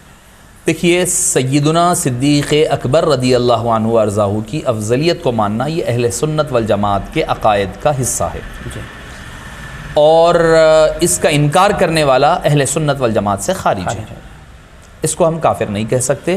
جیسے کہ اہل شیعہ حضرات ہیں، ہم اہل شیعہ کو کافر نہیں کہتے، فاسق و فاجر کہیں گے، اہل سنت والجماعت کے عقائد کے خلاف کہیں گے۔ یہی فتویٰ جامع نظامیہ کا فتویٰ ہے، جو حضرت مفتی عظیم الدین صاحب قبلہ علیہ الرحمہ نے جو تفصیلی فتویٰ دیا ہے، اس میں یہی ہے کہ یہ اہل سنت والجماعت کے عقائد کے خلاف ہوگا اور اہل سنت والجماعت کا حصہ نہیں ہوگا۔ تو لہٰذا ایسے شخص کو ہم جو ہے خارج از اہل سنت والجماعت کہیں گے، کیونکہ ایک متفقہ عقیدہ اہل سنت والجماعت کہتے کہ اس کو اب وہی پھر شاذ و نادر اقوال لائیں گے، شاذ و نادر اقوال نہیں بلکہ متفقہ عقیدے کو ماننے والے کو اہل سنت والجماعت کہتے ہیں۔ اہل سنت والجماعت جو سنت کو بھی پر بھی چلے اور جماعت کے ساتھ بھی چلے، جس پر اجماع ہو، اجماعی جماعت کی عقیدے کو مانے، اس کو ہم سنی کہیں گے۔ تو لہٰذا جو جماعت کا عقیدہ، جو افضلیت کا، جو جمہور کا متفقہ عقیدہ ہے وہ نہ مانے گا، تو لہٰذا عقیدے کے معاملے میں وہ نہ مانے گا، تو پھر وہ اہل سنت والجماعت کا حصہ نہیں رہے گا۔ حضرت والا نے اپنی گفتگو میں یہ فرمایا ہے کہ صحابہ ہو یا اہل بیت اطہار ہو، ان کو جو بھی شان ملی ہے وہ حضور کی وجہ سے ملی ہے۔ حضرت حالیہ میں ایک ویڈیو کافی مشہور و معروف ہوئی کہ ان میں اس ویڈیو میں یہ بولا جا رہا تھا کہ معاذ اللہ ثم معاذ اللہ حضور ایک جگہ پھنس گئے اور ندا دی کہ بھائی علی کو پکارو تو آپ اس مصیبت سے چھٹ جائیں گے، جبکہ مولا علی کو جو شان ملی ہے وہ حضور کی وجہ سے ملی ہے، تو ان گمراہی کی باتوں کو پھیلانے والوں کا کیا حکم ہوگا اور ان کو سننے والے کا کیا حکم ہوگا؟ اور حضرت آج ایک بات، مجھے ایک یہ بھی بات آپ، کیونکہ آپ سے ہمارا کافی وہ ہے بات چیت ہے، تو اب یہ بھی فرما دیجئے آج جو ہماری اہل سنت والجماعت کی جو عوام ہیں، جو عام عوام ہے، جس کو غسل کا طریقہ نہیں آتا، جس کو وضو کا طریقہ نہیں آتا، جس کو نماز کا طریقہ نہیں آتا، جس کو طلاق دینے کا وہ طریقہ تک نہیں آتا، تو ان کو یہ سکھانے کے بجائے ان کو اس معاملے میں ڈالنا اور لوگوں کا اس معاملے میں ہو جانا، یہ دونوں کے بارے میں کیا حکم ہوگا فرمائیے۔ پہلی بات یہ ہے کہ ناد علی کے حوالے سے یہ کس کا قول ہے، ابھی تک ثابت نہیں ہے کہ کس کی کہی ہوئی بات ہے کہ نعت علی جو ہے یقیناً یہ ایک وظیفے کے طور پر سلسلہ قادریہ میں اور دوسرے سلاسل میں پڑھا جاتا ہے وظیفے کے طور پر نعت علی، مگر کس کی طرف ہے یہ مسلمہ نہیں ہے، مگر اور یہ تو طے ہے کہ یہ قرآن اور حدیث کا حصہ نہیں ہے۔ تو جب حدیث کا حصہ نہیں ہے تو پھر حضرت آپ صلی اللہ علیہ وسلم نے پکارا، اس کی دلیل ہی نہیں ہے، آپ صلی اللہ علیہ وسلم پر یہ جھوٹ باندھنا ہو گیا۔ اللہ اب بھائی اگر کوئی لا کر کے دلیل دے گا کہ مولانا روم نے کہا ہے، مولانا روم نے کہا ہے، تو وہ تو کوئی درایت اور روایت کی بات تو ہوگی نہیں۔ اگر مولانا روم نے، مولانا سعدی نے، کسی نے بھی کہا ہے تو دیکھا جائے گا، چونکہ اتنی بڑی بات ہے کہ آقا کریم علیہ السلام کی طرف نسبت ہو رہی ہے تو پھر اس کو ٹھوک کر بجا کر دیکھا جائے گا۔ صرف اس وجہ سے نہیں کہ یہ بات حضرت علی کے فضائل والی ہے تو ہم بغیر روایت کو دیکھے کہ ہم قبول نہیں کر سکتے۔ کسی کے بارے میں بھی ہو، جب کوئی بات ہوگی تو پھر درایت اور روایت کو چیک کرنا پڑے گا۔ تو اس کا اہل سنت والجماعت میں یہ روایت کے اعتبار سے نعت علی ہم خود پڑھتے ہیں، جب بھی کوئی مشکل آتی ہے ہم خود نعت علی کے ذریعے سے مدد کے لیے پکارتے ہیں۔ تو لہٰذا یہ کہنا کہ نعوذ باللہ آپ صلی اللہ علیہ وسلم نے حضرت علی کو مدد کے لیے پکارا ہے، نہیں، یہ کہنا بالکل آپ صلی اللہ علیہ وسلم کی شان میں بے ادبی ہے اور بڑی جسارت ہے۔ ایسے الفاظ اور کلمات جس سے گستاخی کا شائبہ بھی پیدا ہو رہا ہے، ایسا کہنا اور بولنا جائز نہیں ہے، کیونکہ قرآن نے راعینہ لفظ کہنے سے منع کیا، جس سے شائبہ گستاخی کا ہو سکتا تھا، دوسروں کی کاپی ہو سکتی تھی، تو اس سے منع کیا گیا۔ تو ایسی باتیں عوام الناس میں، بھئی اگر آپ کسی کا کوئی عقیدہ ہے تو آپ تھوپنے کی کوشش مت کرو کسی پر عقیدہ۔ آپ اگر کوئی غلط عقیدہ ہے آپ کا، آپ رکھے ہوئے ہیں، بنائے ہوئے ہیں، کوئی قوالی کی بنیاد پر کوئی عقیدہ بنا لے، کوئی شعر کی بنیاد پر، کوئی کسی بنیاد پر بنا لے، تو اس کو عوام کے اندر جو ہے رائج کرنے کی کوشش نہ کریں۔ اور رہی بات عوام کی کہ بھئی جن کو طہارت کے مسائل نہیں پتہ اور وضو اور غسل کے باتیں نہیں پتہ ہے، روزہ کب ٹوٹتا کب نہیں ٹوٹتا، فرائض و واجبات نہیں پتہ ہے، طلاق کا طریقہ نہیں پتہ ہے، جیسے آپ نے کہا، وہ ساری باتیں چھوڑ کر کے یہ جس بحث سے کوئی حاصل نہیں ہونے والا ہے۔